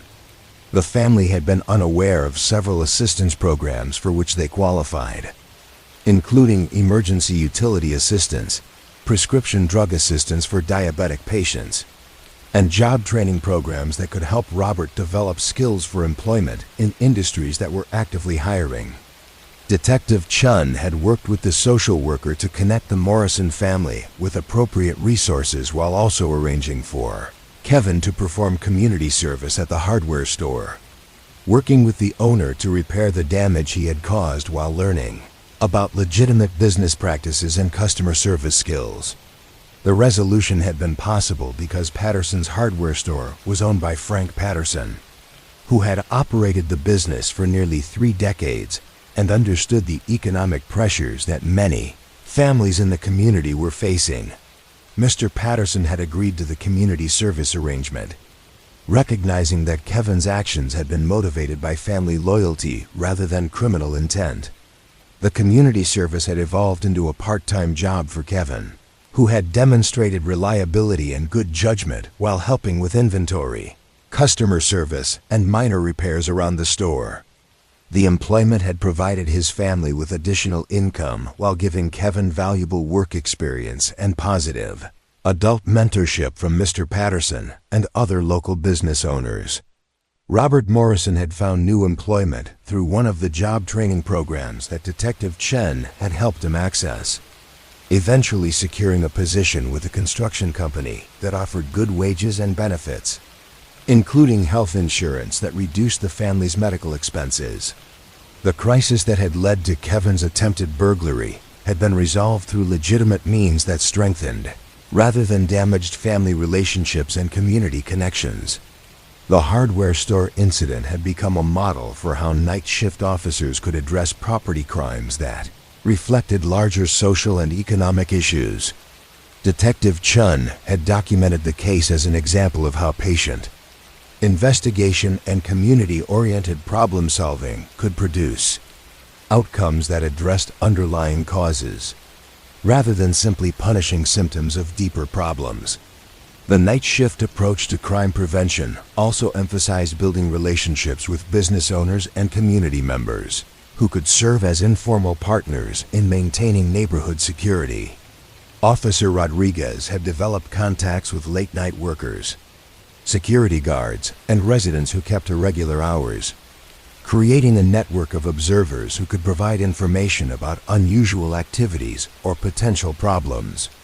One of these contacts was Maria Santos, who worked as a cleaning supervisor for several downtown office buildings, arriving each night at midnight to oversee the crews that maintained the business district's professional spaces. Ms. Santos had become familiar with the normal patterns of nighttime activity in the area and had occasionally provided Officer Rodriguez with information about suspicious activities or individuals who seemed out of place.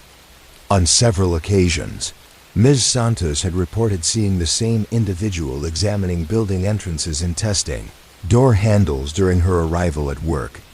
Her observations had led to the identification of someone who had been planning break-ins at office buildings, allowing police to intervene before any crimes were committed. and to address the underlying problems that had motivated the criminal planning. The intervention had revealed that the individual, 34-year-old David Thompson, had been homeless for several months after losing his job and apartment, following a workplace injury that had prevented him from maintaining steady employment. Rather than simply arresting him for attempted burglary, Officer Rodriguez had worked with social services to connect David with housing assistance and medical care that addressed his injuries and employment limitations.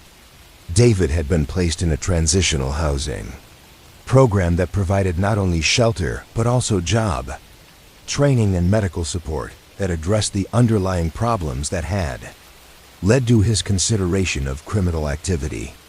The intervention had prevented crimes while also helping someone who had been struggling with circumstances beyond his immediate control. The night shift's approach to community policing also included regular checks on elderly residents who lived alone and might be vulnerable to medical emergencies or other problems that could occur during overnight hours. Officer Sarah Kim had developed relationships with several senior citizens who appreciated knowing that police were aware of their presence and would check on their welfare if they failed to maintain their normal routines. One such resident was Mrs. Helen Chun, an 82-year-old widow who lived in a small apartment above the bakery where she had worked for 37 years before retiring. Mrs. Chun typically turned on her kitchen light each morning at 5:30 a.m. to begin preparing breakfast, and Officer Kim had made noting this daily routine part of her patrol checklist. When Mrs. Chun's light failed to appear at the usual time one Tuesday morning, Officer Kim had conducted a welfare check that revealed the elderly woman had fallen in her bathroom and had been unable to reach her telephone to call for help. The early intervention had ensured that Mrs. Chun received prompt medical attention for a broken hip, preventing complications that could have been life-threatening if she had remained undiscovered for several more hours. The incident had led to improved safety planning for Mrs. Chun and other elderly residents, including the installation of emergency alert systems and regular check-in calls from volunteers who could ensure their welfare while respecting their independence. The night shift's attention to community welfare had prevented a potential tragedy while strengthening connections between police and vulnerable residents. The quiet hours of night patrol also provided opportunities for officers to conduct follow-up investigations on cases from earlier shifts, visiting witnesses or suspects when they were more likely to be at home and available for conversation. Detective Jennifer Martinez had used these opportunities to develop better relationships with community members who could provide information about ongoing criminal activities or emerging problems. One case that had benefited from this approach involved a series of vandalism incidents at the high school, where someone had been spray painting graffiti on exterior walls and breaking windows in the gymnasium. The vandalism had occurred during late evening hours, suggesting that the perpetrator was someone who had detailed knowledge of the school's security procedures and surveillance systems. Detective Martinez had conducted evening interviews with students, teachers, and neighbors who lived near the school, building trust and gathering information that eventually led to the identification of a 16-year-old former student who had been expelled earlier in the year for academic and behavioral problems. The young man had been vandalizing the school as an expression of anger and frustration about his expulsion and his inability to graduate his friends. The resolution had involved not only addressing the vandalism but also helping the former student access alternative educational opportunities that would allow him to complete his high school education and develop plans for employment or further training. The intervention had transformed his anger into motivation for positive change while ensuring that the school property was protected from future vandalism. The night shift's approach to law enforcement recognized that many criminal incidents were symptoms of larger personal or social problems that could be addressed more effectively through patient investigation, and community-oriented solutions rather than simple arrest and prosecution. The reduced pace of overnight hours allowed officers to take time to understand situations thoroughly and develop responses that addressed underlying causes rather than just immediate symptoms. As Sergeant Wong completed her shift reports in the quiet station house, she reflected on how night duty had taught her about the importance of presence, patience, and community connection in effective police work. The cases that were resolved during overnight hours often required weeks or months of follow-up work, but they frequently produced outcomes that strengthened communities and helped individuals make positive changes in their lives. The night shift officers understood that their primary role was not dramatic crime fighting, but steady community protection through observation, relationship building, and thoughtful intervention when problems arose. Their work created the foundation of community trust that made more dramatic law enforcement possible when necessary, while preventing many problems from escalating to the point where dramatic intervention was required. The station house settled into complete quiet as the shift change approached, with day shift officers beginning to arrive for briefings and assignment preparations. But the night shift's work continued to influence the community they served, creating connections and resolving problems that contributed to the overall safety and welfare of residents, who could sleep peacefully because dedicated professionals maintained their patient vigil through the darkness. The gentle rhythm of night patrol would resume the following evening, with officers like Rodriguez, Chun, Kim, and Martinez continuing their quiet work of community protection through presence, observation, and thoughtful intervention. Their stories were written not in dramatic arrests or high-profile cases, but in the steady accumulation of small acts of service that maintained the delicate balance between order and freedom that allowed community life to flourish in safety and peace. The photography archive occupied the most secure section of the basement levels, 3 floors below the main police station. Climate control systems maintained precise temperature and humidity levels, while specialized lighting protected the thousands of photographs from the damaging effects of prolonged exposure. Here, in rows of acid-free storage boxes and temperature-controlled filing cabinets, rested the visual history of 5 decades of criminal investigations. Archivist Dr. Margaret Foster had overseen this collection for 23 years, arriving each morning to tend to photographs that documented everything from routine traffic accidents to major criminal investigations that had shaped the city's history. Her background in library science and historical preservation had prepared her for the technical aspects of photograph conservation, but nothing had prepared her for the emotional weight of images that captured some of the most traumatic moments in people's lives. The collection contained over 40,000 photographs, ranging from crime scene documentation and evidence photographs to surveillance images and mugshots that told the stories of countless investigations spanning from the 1960s to the present day.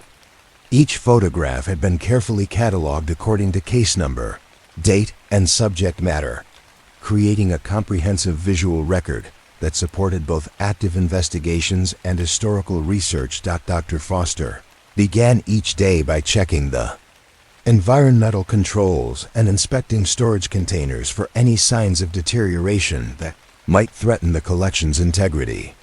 The photographs represented irreplaceable historical documents, and their preservation required constant vigilance against the various forms of decay that could destroy decades of carefully maintained records. On this particular morning, she had been requested to retrieve photographs from a case that had occurred in 1967, during what local newspapers had called the Riverside Incident. The case had involved a series of burglaries in an affluent neighborhood that had escalated into a confrontation between police and a group of teenagers who had been suspected of the crimes. The photographs from this case were stored in Box 67-15, located in Section C of the main storage area. Dr. Foster made her way carefully through the narrow aisles between storage units, her soft-soled shoes making barely a whisper against the polished concrete floor. The box she sought contained 37 black and white photographs that documented various aspects of the investigation and its resolution. The first photograph showed the exterior of the Morrison residence on Elm Street, where the initial burglary had been reported. The image captured a modest two-story colonial house with well-maintained landscaping and a front porch that suggested the comfortable middle-class lifestyle that characterized the Riverside neighborhood during that period. The photograph had been taken by Officer Samuel Rodriguez, whose careful documentation had established the thorough approach that characterized the entire investigation. The burglary at the Morrison house had been the first in a series of similar incidents that had occurred over a 6-week period during the summer of 1967. In each case, the perpetrators had entered through unlocked doors or windows, taking small valuable items like jewelry, cash, and portable electronics while leaving larger appliances and furniture undisturbed. The second photograph in the collection showed the interior of the Morrison living room, with Officer Rodriguez's careful attention to detail evident in the composition that captured both the overall condition of the room and specific areas where items had been taken. A jewelry box on the mantelpiece had been opened and emptied, while a small radio that had sat on an end table was conspicuously absent.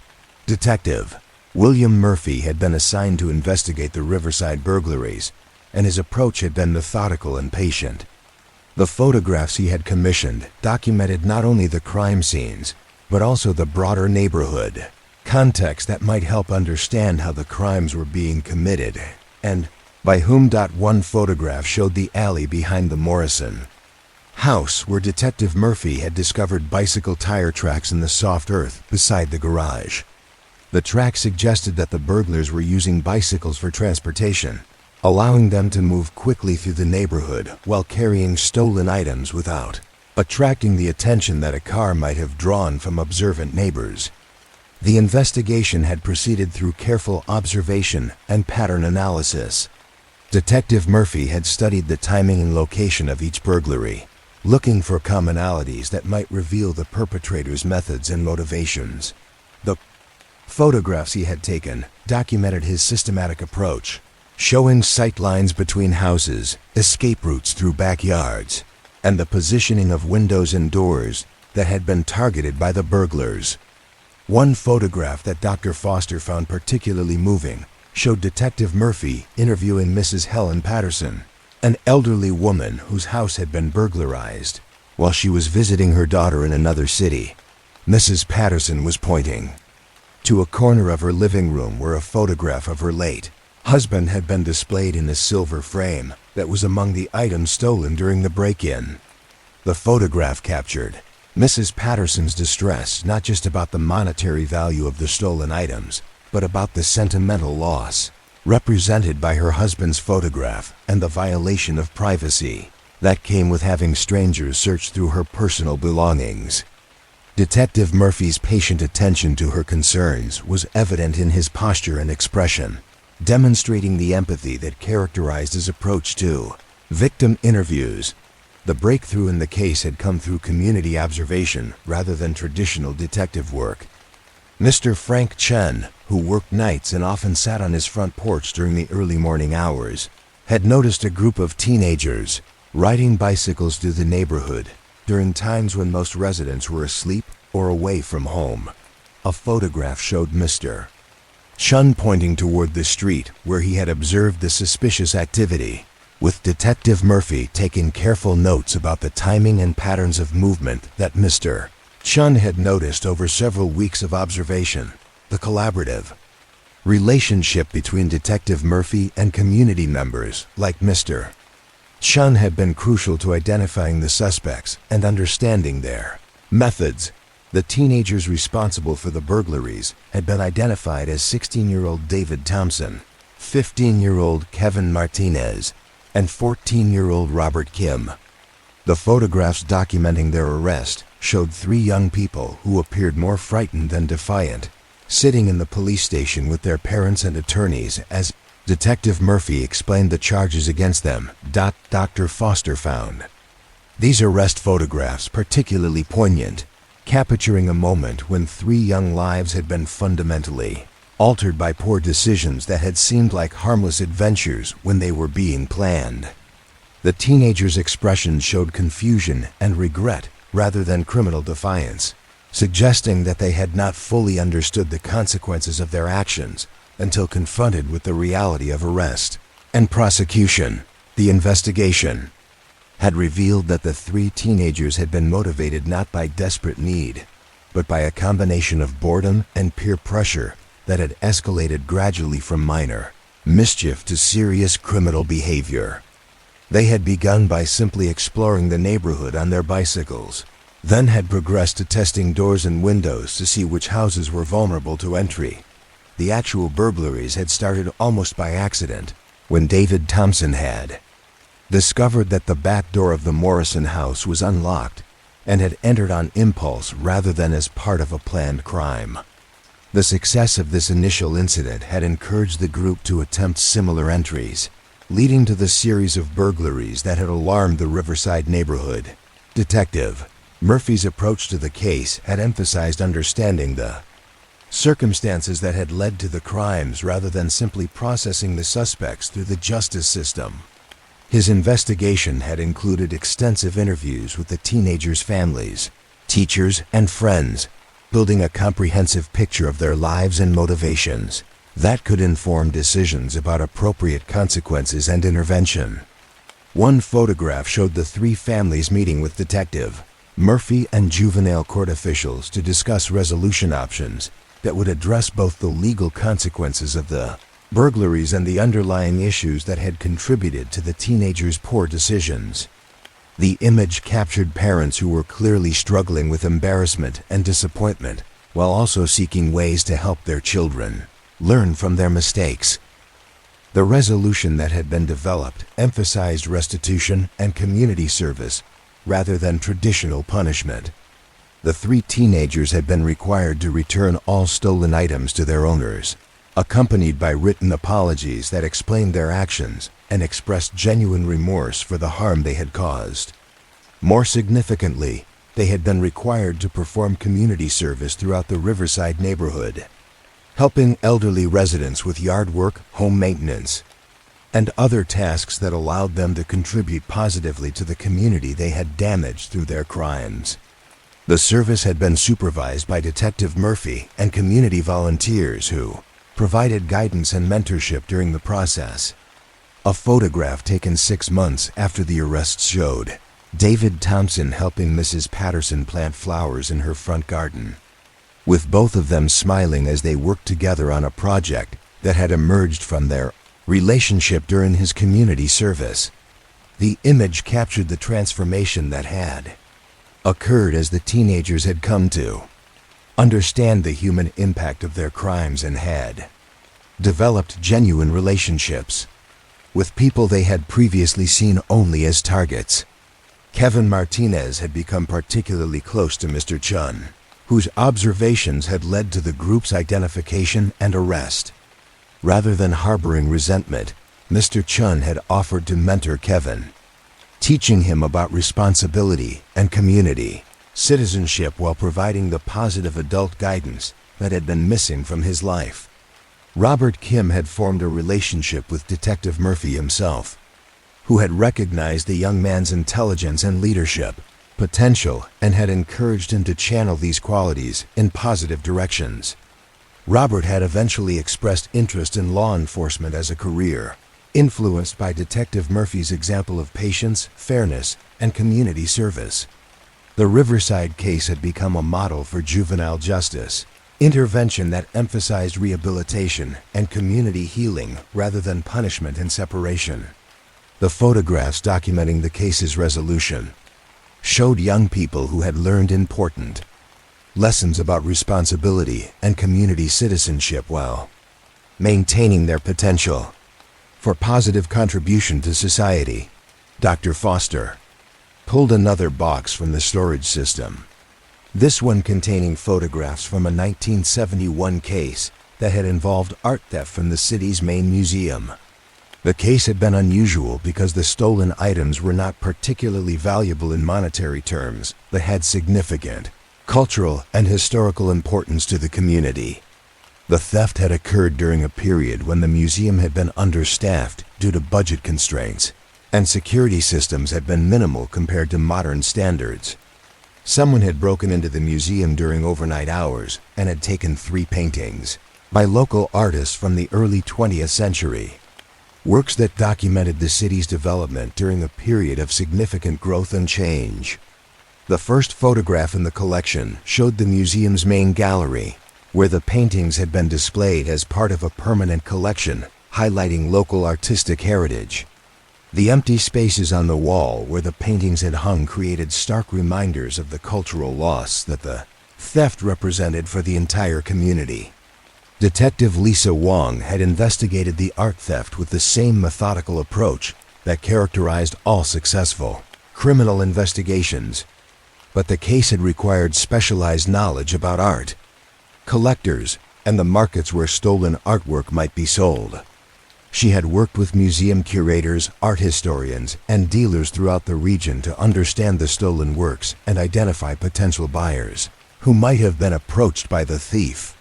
One photograph showed Detective Wong examining the museum's security systems with the facility's director, identifying vulnerabilities that had made the theft possible and developing recommendations for improvements that would prevent future incidents.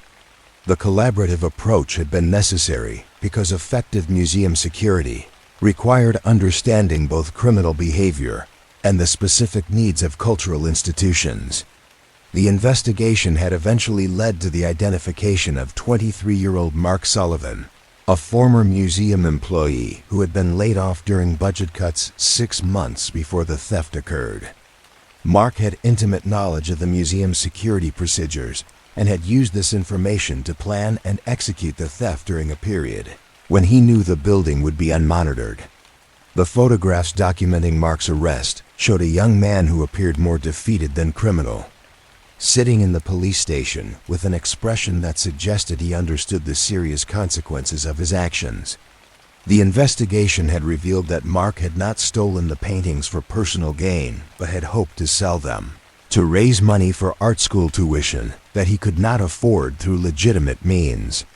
Detective Wong had approached Mark's case with understanding and empathy while also ensuring that the stolen artwork was recovered and returned to the museum.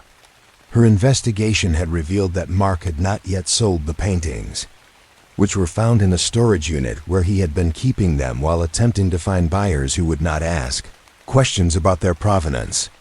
The resolution of the art theft case had involved not only recovering the stolen paintings, but also addressing the underlying circumstances that had motivated Mark's crime. Detective Wong had worked with museum officials, educational institutions, and community organizations to develop a response that emphasized rehabilitation and positive contribution rather than simply punishment. Mark had been required to perform extensive community service at the museum, working with curators and conservators to learn about proper art handling and preservation, while contributing to educational programs that taught community members about local artistic heritage. The service had allowed him to develop genuine expertise in museum operations while making amends for the harm his theft had caused. The community service had evolved into legitimate employment when the museum received a grant that allowed them to hire Mark as an assistant curator, recognizing his knowledge and dedication while providing him with the career opportunity he had sought through illegal means. The arrangement had benefited both Mark and the museum while ensuring that the cultural resources he had threatened were properly protected and maintained. A photograph taken 2 years after the theft showed Mark leading a group of school children through the museum gallery where the paintings he had stolen were once again displayed. His expertise and enthusiasm evident as he explained the historical significance of the artwork to young visitors who were learning about their community's cultural heritage. Dr. Foster continued working through the photography collection, finding images that documented cases from throughout the 1970s and early 1980s. Each one telling stories of human complexity and the patient work of investigation and resolution that characterized effective law enforcement during that period. One case that had captured her attention involved a series of false fire alarms that had been plaguing the downtown business district during 1978. Someone had been pulling fire alarm boxes at random intervals, creating disruptions for businesses and unnecessary responses from fire and police departments that strained emergency services and created potential safety hazards. The photographs from this case showed the systematic approach that Detective Robert Martinez had taken to identifying patterns in the false alarms and developing strategies for catching whoever was responsible. Images documented the locations of various alarm boxes, the times when false alarms had been activated, and the sight lines that might allow surveillance of potential suspects. The case had been solved when Detective Martinez had positioned himself to observe one of the most frequently targeted alarm boxes during the time period when false alarms typically occurred. A photograph showed the moment when he had observed 12-year-old Jennifer Chun pulling the alarm handle, capturing both the act itself and the young girl's surprise at being caught.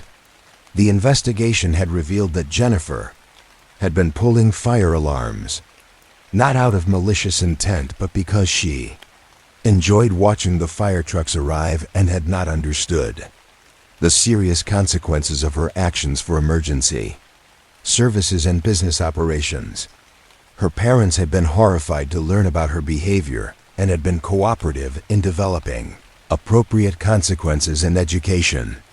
The resolution had involved Jennifer visiting fire stations and learning about emergency services, understanding how false alarms prevented firefighters from responding to real emergencies that might involve people whose lives were in danger. She had also performed community service that helped her understand the importance of responsibility and honesty in community life. A follow-up photograph showed Jennifer participating in a junior fire safety program. Her enthusiasm for emergency services channeled into positive learning and community contribution rather than disruptive behavior. The transformation had been possible because Detective Martinez had taken time to understand her motivations and develop educational rather than punitive responses to her actions. As Dr. Foster organized the photographs she had retrieved for researchers and investigators, she reflected on the patterns that emerged from studying visual documentation of criminal cases from earlier decades. The images captured not only the facts of crimes and investigations, but also the human relationships and community connections that had made effective resolution possible. The photographs showed officers who had time for patient investigation and community engagement, suspects who were treated with dignity even when they had made serious mistakes, and victims who were supported through thoughtful attention to their needs and concerns. The visual record suggested that effective law enforcement had always depended more on understanding people and building relationships than on dramatic action or technological solutions. These faded photographs would continue to serve researchers, historians, and law enforcement professionals who needed to understand how communities had addressed crime and conflict in earlier eras. But they also served as inspiration for anyone who understood that the most important work of justice happened not in dramatic moments, but in the patient daily effort to understand human behavior and find constructive responses to the problems that arose when people struggled to live together peacefully. The photography archive held thousands of such images, each one documenting a moment when patient investigation and thoughtful intervention had transformed criminal incidents into opportunities for learning, growth, and community healing. In the climate-controlled quiet of the basement storage facility, these photographs rested safely, preserving the visual history of a community's ongoing effort to maintain justice and order through understanding rather than force, patience rather than haste, and hope rather than despair. Dr. Foster returned the photograph boxes to their proper positions in the storage system, ensuring that each one was placed exactly where future researchers would be able to find it. These images deserve that kind of care, that attention to preservation and organization that would allow their stories to continue inspiring people who understood that effective law enforcement was ultimately about serving human needs and building stronger communities for everyone. Asterisk, the morning walking tour began at the corner of Elm Street and 3rd Avenue, where urban historian Dr. Patricia Chun had spent 15 years, researching how places could transform from sites of conflict into spaces of healing and community strength.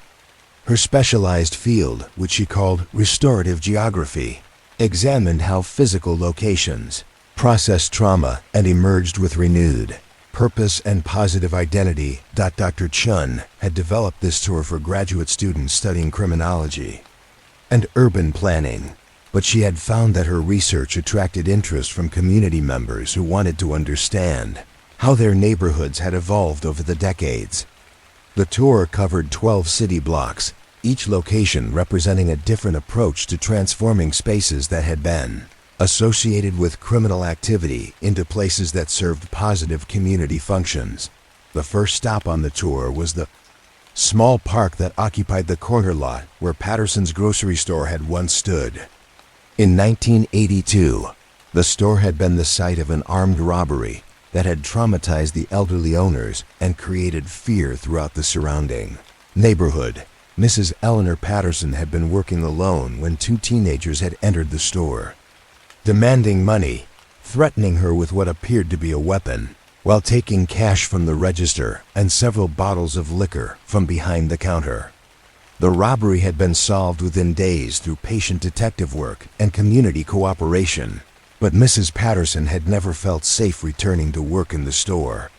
The incident had effectively ended her 43-year career as a neighborhood merchant, and the store had remained closed for several months while the Patterson family decided what to do with the property. Rather than sell into another commercial venture, the Patterson family had donated the land to the city with the stipulation that it be used for community purposes that would honor Mrs. Patterson's decades of service to the neighborhood.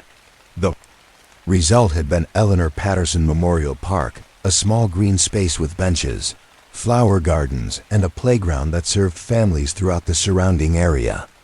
Dr. Chun paused at the memorial plaque that marked the park's dedication, explaining to her students how the transformation had been guided by restorative justice principles that emphasized healing and positive contribution rather than simply moving on from traumatic events. The park's design had been developed through community input that ensured the space would serve current needs while honoring the history that had led to its creation. The teenagers who had robbed Mrs. Patterson's store had been required to participate in the park's development as part of their community service, working with landscape architects and community volunteers to create gardens and install playground equipment. The work had allowed them to contribute positively to the neighborhood they had damaged while developing skills and relationships that supported their rehabilitation. One of the former robbers, now in his 50s and working as a landscaping contractor, still maintained the park's gardens as a volunteer, continuing the community service that had begun as legal requirement but had evolved into genuine commitment to neighborhood improvement. His ongoing involvement demonstrated how restorative approaches could create lasting positive connections between offenders and the communities they had harmed. The second stop on the tour was located 3 blocks away at the site of what had once been known as the Problem House on Riverside Drive. During the late 1980s, the property had been associated with drug dealing and related criminal activity that had made the entire block feel unsafe for families and elderly residents who had lived there for decades. The house had been the focus of numerous police calls and community complaints, but traditional law enforcement approaches had not succeeded in eliminating the criminal activity that made it a source of ongoing problems. The situation had improved only when community organizers had worked with police and city officials to develop a comprehensive intervention that addressed both the immediate criminal activity and the underlying conditions that had allowed it to flourish. Dr. Chun stood in front of what was now a beautifully maintained single-family home with a well-tended garden and fresh paint, explaining how the transformation had required collaboration between multiple agencies and sustained community involvement over several years. The process had begun with the arrest and prosecution of individuals involved in drug trafficking, but the real change had come through rehabilitation of the property and support for new residents who could contribute positively to neighborhood life. The house had been purchased by the city and renovated through a program that provided homeownership opportunities for working families who committed to long-term residence and community involvement. The family who eventually purchased the property had understood its history and had worked with neighbors to rebuild trust and positive relationships that gradually erased the negative associations that had defined the location for nearly a decade. The transformation had been supported by changes throughout the block that improved lighting, increased pedestrian activity, and created the kind of informal surveillance that prevented criminal activity from reestablishing itself. Neighbors had organized block parties, community gardens, and informal social networks that strengthened relationships and created environments where criminal activity was less likely to take root. The third stop was Memorial Middle School, which had been built on the site of an abandoned warehouse that had been used for illegal activities during the 1970s and early 1980s. Warehouse had been a source of neighborhood concern because of drug dealing, vandalism, and other criminal activities that had made the surrounding area feel unsafe, particularly for children walking to and from nearby schools. The decision to demolish the warehouse and build a school in its place had represented a deliberate community choice to transform a source of problems into a resource that would benefit families and strengthen the neighborhood's future.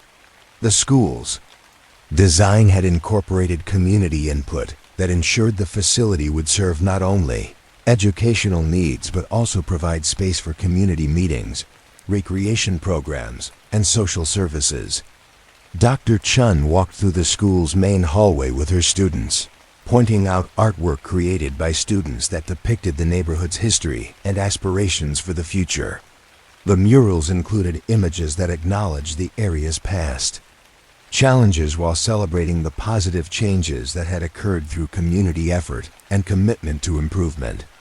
The school had become a focal point for neighborhood life, hosting evening programs for adults, weekend recreational activities, and community meetings that brought residents together around shared concerns and goals.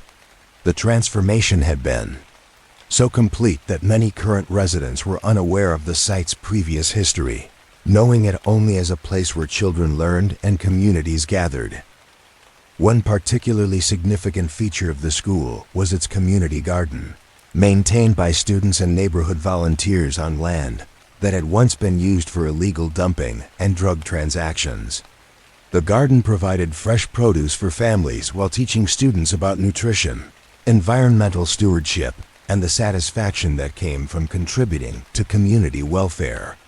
The fourth stop on the tour was Harmony Community Center, located in a building that had once housed a bar where numerous fights and disturbances had occurred during the 1980s.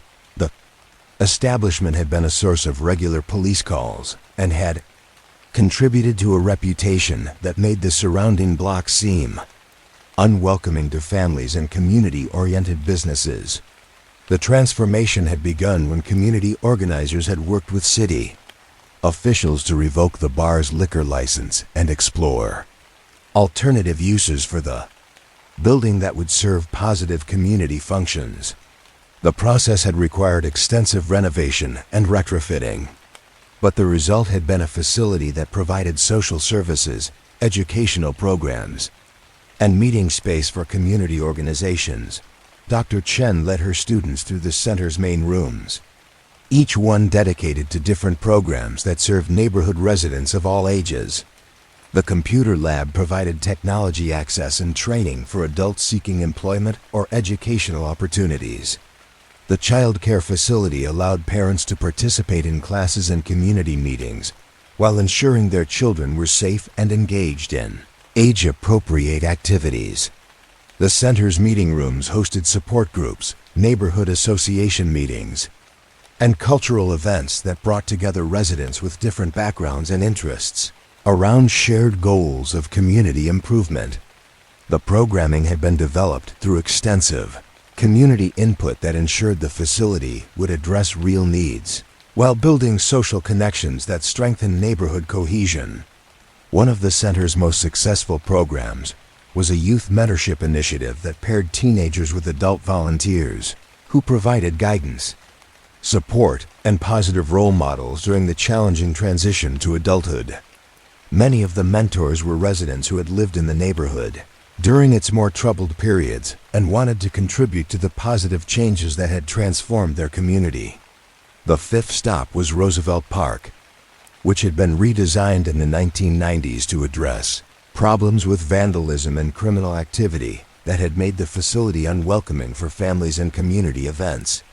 The original park design had included isolated areas and poor lighting that created opportunities for illegal activities, while discouraging legitimate use by community members. The redesign had been guided by crime prevention through environmental design principles that created better sightlines, improved lighting, and increased opportunities for positive community use that provided natural surveillance and deterred criminal activity.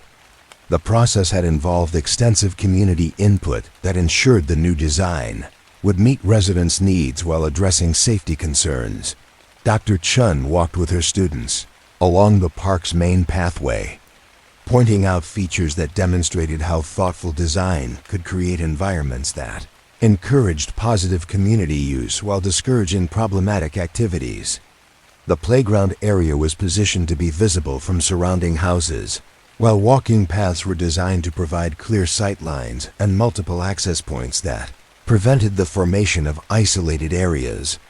The park's success had been measured not only by reduced criminal activity, but by increased community use for recreation, social events, and informal gatherings that strengthened neighborhood relationships. The facility hosted regular community events including concerts, festivals, and educational programs that brought residents together around shared interests and positive activities. The park's transformation had been supported by an active friends group that organized maintenance activities, fundraising events, and programming that kept the facility vital and responsive to community needs. The group included residents from throughout the surrounding neighborhood who had invested time and energy in ensuring that their shared public space would continue to serve positive community functions. The sixth stop was the corner of Oak Street and Fifth Avenue, where a community mural had been painted over graffiti that had accumulated during a period when the area had been associated with gang activity and territorial conflicts. The mural project had been organized by local artists working with teenagers who had been involved in creating the original graffiti, transforming destructive expression into positive community art. The mural depicted the neighborhood's cultural diversity and shared aspirations for the future, incorporating symbols and images that reflected the heritage of different ethnic communities while emphasizing common values of family, education, and community cooperation. The project had been funded through grants and community fundraising that demonstrated broad support for positive transformation. Dr. Chun explained how the mural project had addressed not only the immediate problem of graffiti, but the underlying issues of youth engagement and cultural expression that had contributed to territorial conflicts. The teenagers who had participated in creating the mural had developed relationships with adult mentors and had gained skills in art and community organizing that provided constructive outlets for their creativity and energy. The mural had become a source of neighborhood pride and a focal point for community events and celebrations. Its maintenance was shared by residents who understood that preserving the artwork required ongoing commitment to the positive changes it represented. The seventh stop was Lincoln Elementary School, where a peace garden had been created in the courtyard area where fights and conflicts had regularly occurred. During the 1980s, the garden project had been developed by teachers, parents, and students working together to transform a space associated with conflict into an environment that promoted reflection, learning, and peaceful interaction. The garden included plants chosen for their symbolic significance as well as their practical value in creating a calming environment. Students had researched the cultural meanings of different plants and had designed the garden to reflect themes of growth, renewal, and harmony that supported the school's educational mission.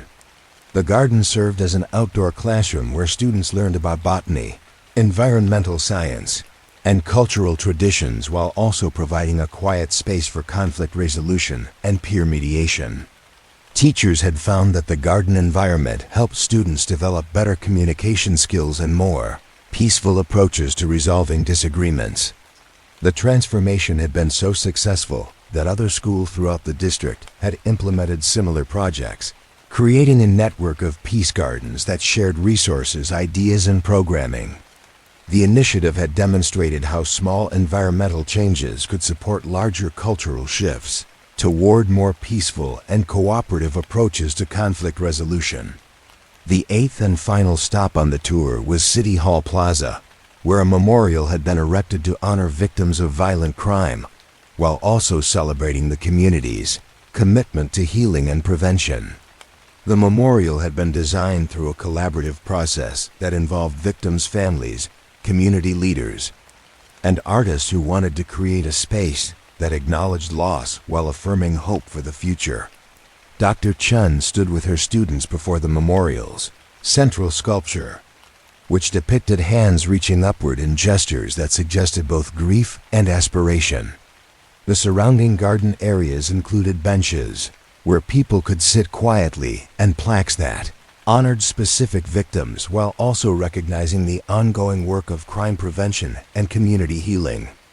The memorial served as a focal point for annual remembrance ceremonies that brought together families, community members, and public officials around shared commitments to reducing violence and supporting those who had been affected by crime.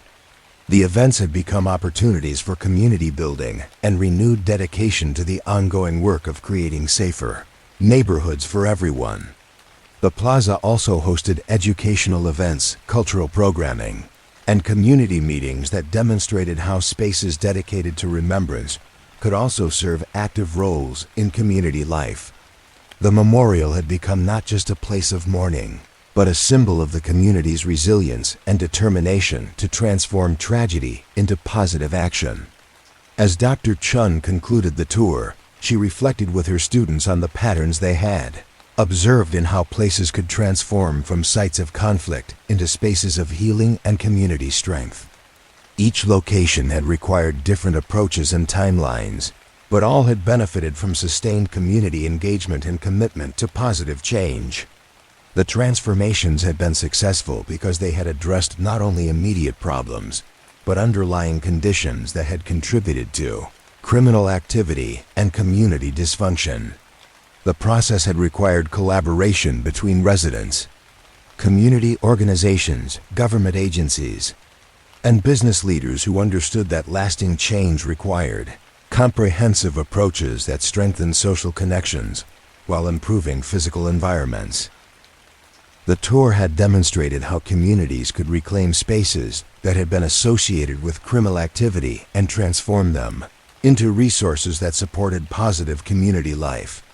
The process required patience, resources, and sustained commitment, but the results showed how places could heal and renew themselves when communities invested in their transformation. Each location on the tour had become part of a larger story of community resilience and renewal that inspired ongoing efforts to address current challenges while building on the foundation of positive changes that had already been achieved. The streets themselves had become archives of transformation, holding memories of conflicts resolved and communities strengthened through the patient work of healing and renewal. As evening approached and the tour concluded, Dr. Chun walked slowly through the neighborhoods she had spent years studying, observing the daily life that flourished in spaces that had once been associated with fear and conflict. Children played in parks that had been redesigned for safety. Families gathered in community centers that had replaced sources of problems. And neighbors greeted each other on streets that had learned to welcome rather than threaten. The city had become a living laboratory of restorative justice and community healing, demonstrating how places could transform their identities through the sustained commitment of people who believed in the possibility of positive change. Every corner held stories of redemption, and every street had learned a whisper of second chances and new beginnings that honored the past, while embracing hope for a peaceful future. Asterisk. The final archive chamber occupied the lowest level of the basement complex, 3 stories beneath the street level where the city's daily life continued its endless motion. Here, in climate-controlled silence, rested the cases that had been formally closed and sealed, their documents preserved in acid-free containers that would protect them for centuries to come. This was where stories ended, not with drama, but with the quiet satisfaction of resolution, and the peaceful certainty that justice had been served through patience and understanding. Chief Archivist Dr. Elizabeth Manning had spent her entire career tending to these final resting places of human conflict, arriving each morning to maintain the pristine environment where closed cases were preserved for historical research and legal reference. Her work represented the culmination of the entire criminal justice process, the point where all the investigation, documentation, and resolution had been completed and could rest in permanent order. The chamber contained over 12,000 closed cases spanning 7 decades, each one representing a journey from conflict to resolution that had been completed through the patient application of legal procedures, community intervention, and human understanding.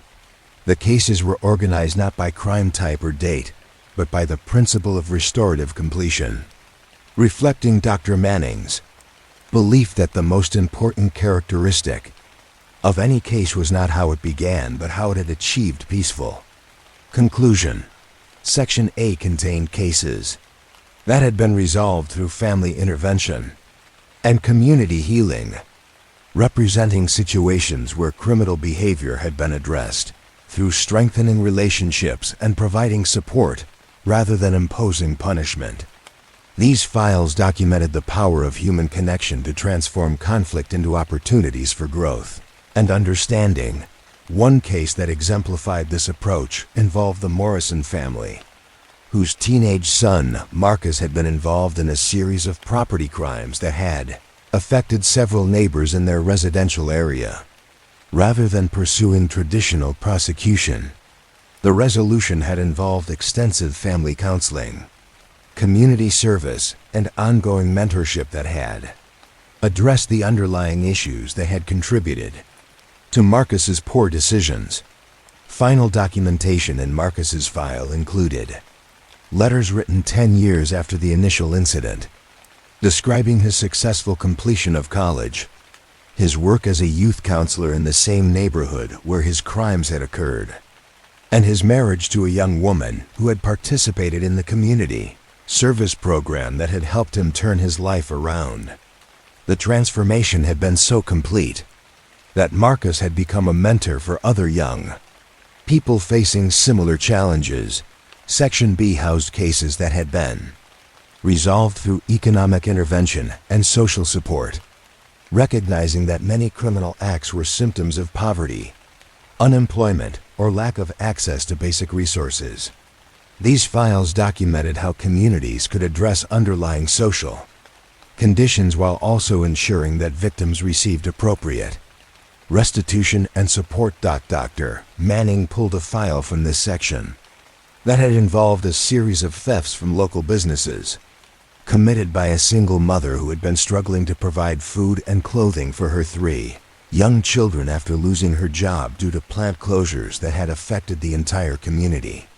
The investigation had revealed not a criminal career but a temporary crisis that could be addressed through appropriate social services and community support. Resolution had involved connecting the woman with job training programs, childcare assistance, and emergency financial support, while also ensuring that all stolen items were returned to the affected businesses. More importantly, several of the business owners had become advocates for the woman and her family, providing employment opportunities and ongoing support that had prevented future criminal behavior. The case file's final entries documented the woman's successful completion of a nursing program, her employment at the local hospital, and her volunteer work with other families facing economic crises. The businesses that had been affected by her thefts had become partners in community support programs that addressed underlying causes of economic desperation before they led to criminal behavior. Section C contained cases that had been resolved through therapeutic intervention and mental health support, recognizing that some criminal behavior reflected underlying psychological or emotional issues that required professional treatment rather than traditional criminal justice responses. These files demonstrated how communities could address mental health needs while also protecting public safety. One file documented the case of an elderly man who had been shoplifting small items from various stores, behavior that had initially been attributed to simple theft, but had later been recognized as symptoms of early-stage dementia that had left him confused about social expectations and personal boundaries. The resolution had involved medical evaluation, appropriate treatment, and family support that had addressed his needs while preventing further incidents. The case had led to improved training for retail employees who could recognize signs of cognitive impairment and respond with appropriate assistance rather than simply calling police. The collaborative approach had created better outcomes for everyone involved while building community awareness about the challenges faced by elderly residents dealing with mental health issues. Section D housed cases that had been resolved through educational intervention and skill development, representing situations where criminal behavior had resulted from lack of knowledge, opportunities, or positive role models rather than malicious intent. These files showed how communities could provide learning opportunities that redirected criminal behavior toward constructive activities. Dr. Manning reviewed a file that had involved a group of teenagers who had been engaging in sophisticated computer hacking, breaking into various systems more for the intellectual challenge than for any criminal purpose, rather than pursuing prosecution that would have limited their future opportunities. The resolution had involved connecting them with educational programs and employment opportunities in cybersecurity and information technology. The teenagers had been required to use their skills to help local businesses and organizations improve their computer security, transforming their unauthorized hacking into legitimate consulting work that provided both learning opportunities and positive community contribution. Several of them had gone on to successful careers in information technology, using skills that might have led to serious criminal consequences to build positive professional lives. Asterisk. Section E contained cases that had been resolved through artistic and creative intervention, recognizing that some forms of criminal behavior represented misdirected creativity or desire for self-expression that could be channeled into positive outlets. These files documented how communities could provide creative opportunities that addressed underlying needs while building positive relationships and social connections. One particularly moving case had involved a young woman who had been creating unauthorized murals on buildings throughout the downtown area, artwork that demonstrated considerable talent but had been damaging property and creating conflicts with business owners. The resolution had involved commissioning her to create a large mural on the side of the community center, working with established artists who could mentor her development while channeling her creativity into legal venues. The mural project had evolved into an ongoing arts program that provided opportunities for other young people to develop creative skills while contributing to community beautification efforts. The young woman had eventually established her own art therapy program, working with children and teenagers who needed constructive outlets for emotional expression and creative energy. Section F housed cases that had been resolved through spiritual and cultural intervention, recognizing that some individuals needed connection to traditional values and community traditions that could provide guidance and support during difficult periods. These files showed how religious and cultural institutions could partner with legal systems to provide holistic responses to criminal behavior.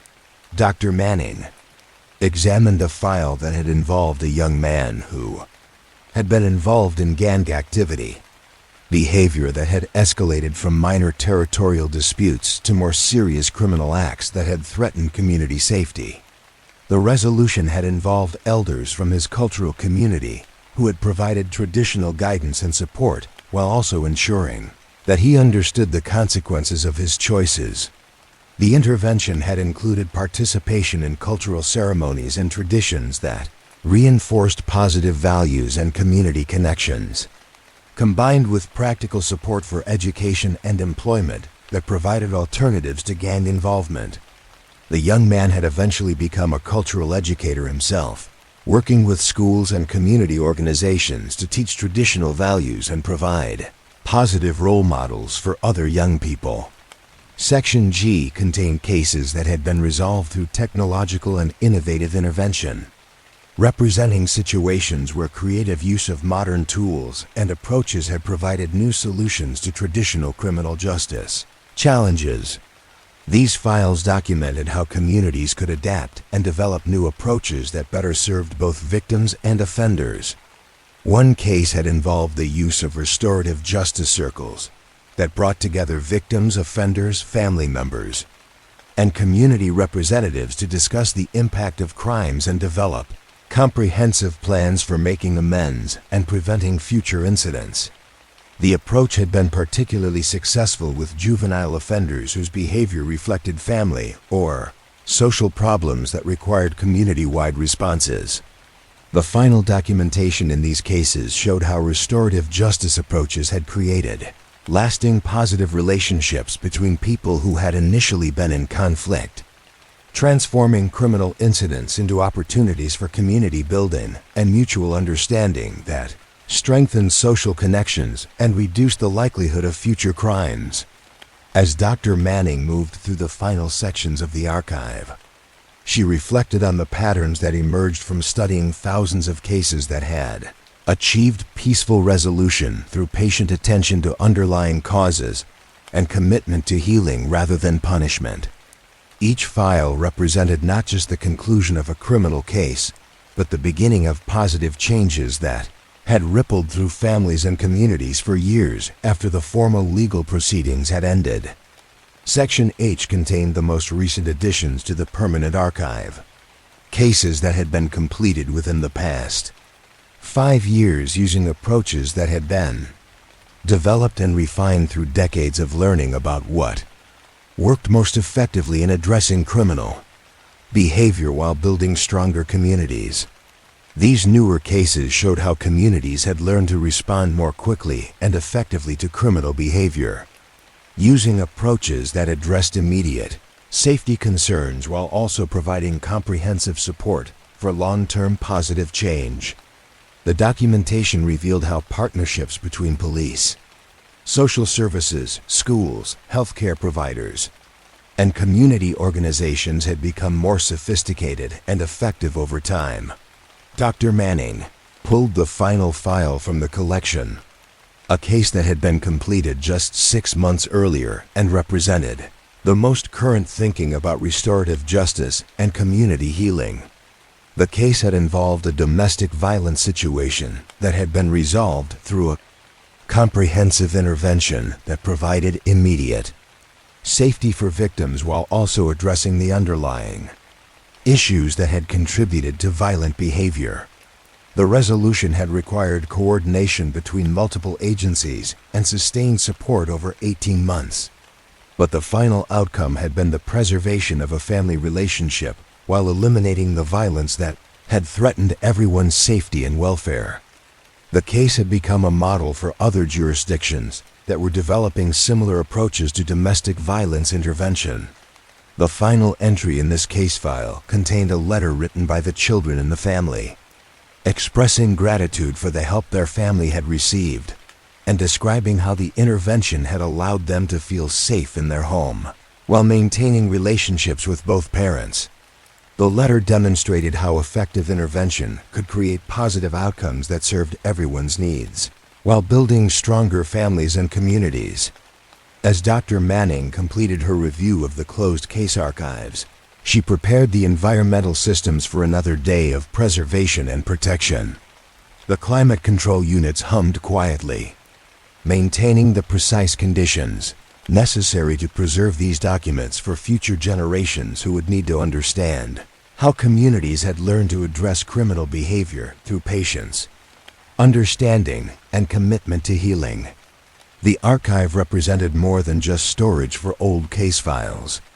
It was a repository of human wisdom about conflict, resolution, and community building that had been accumulated through decades of careful attention to what worked most effectively in transforming criminal behavior into opportunities for positive change. Each file contained lessons about the power of human connection to overcome conflict, the importance of addressing underlying causes rather than just symptoms, and the possibility of redemption and positive change even in the most challenging circumstances. The stories preserved in these archives demonstrated that the most effective responses to crime were those that recognized the humanity of everyone involved and worked to create outcomes that strengthened rather than damaged community relationships. The silence in the archive chambers was not empty but full, holding the accumulated weight of thousands of stories that had found their peaceful conclusions through the patient work of investigation, understanding, and resolution.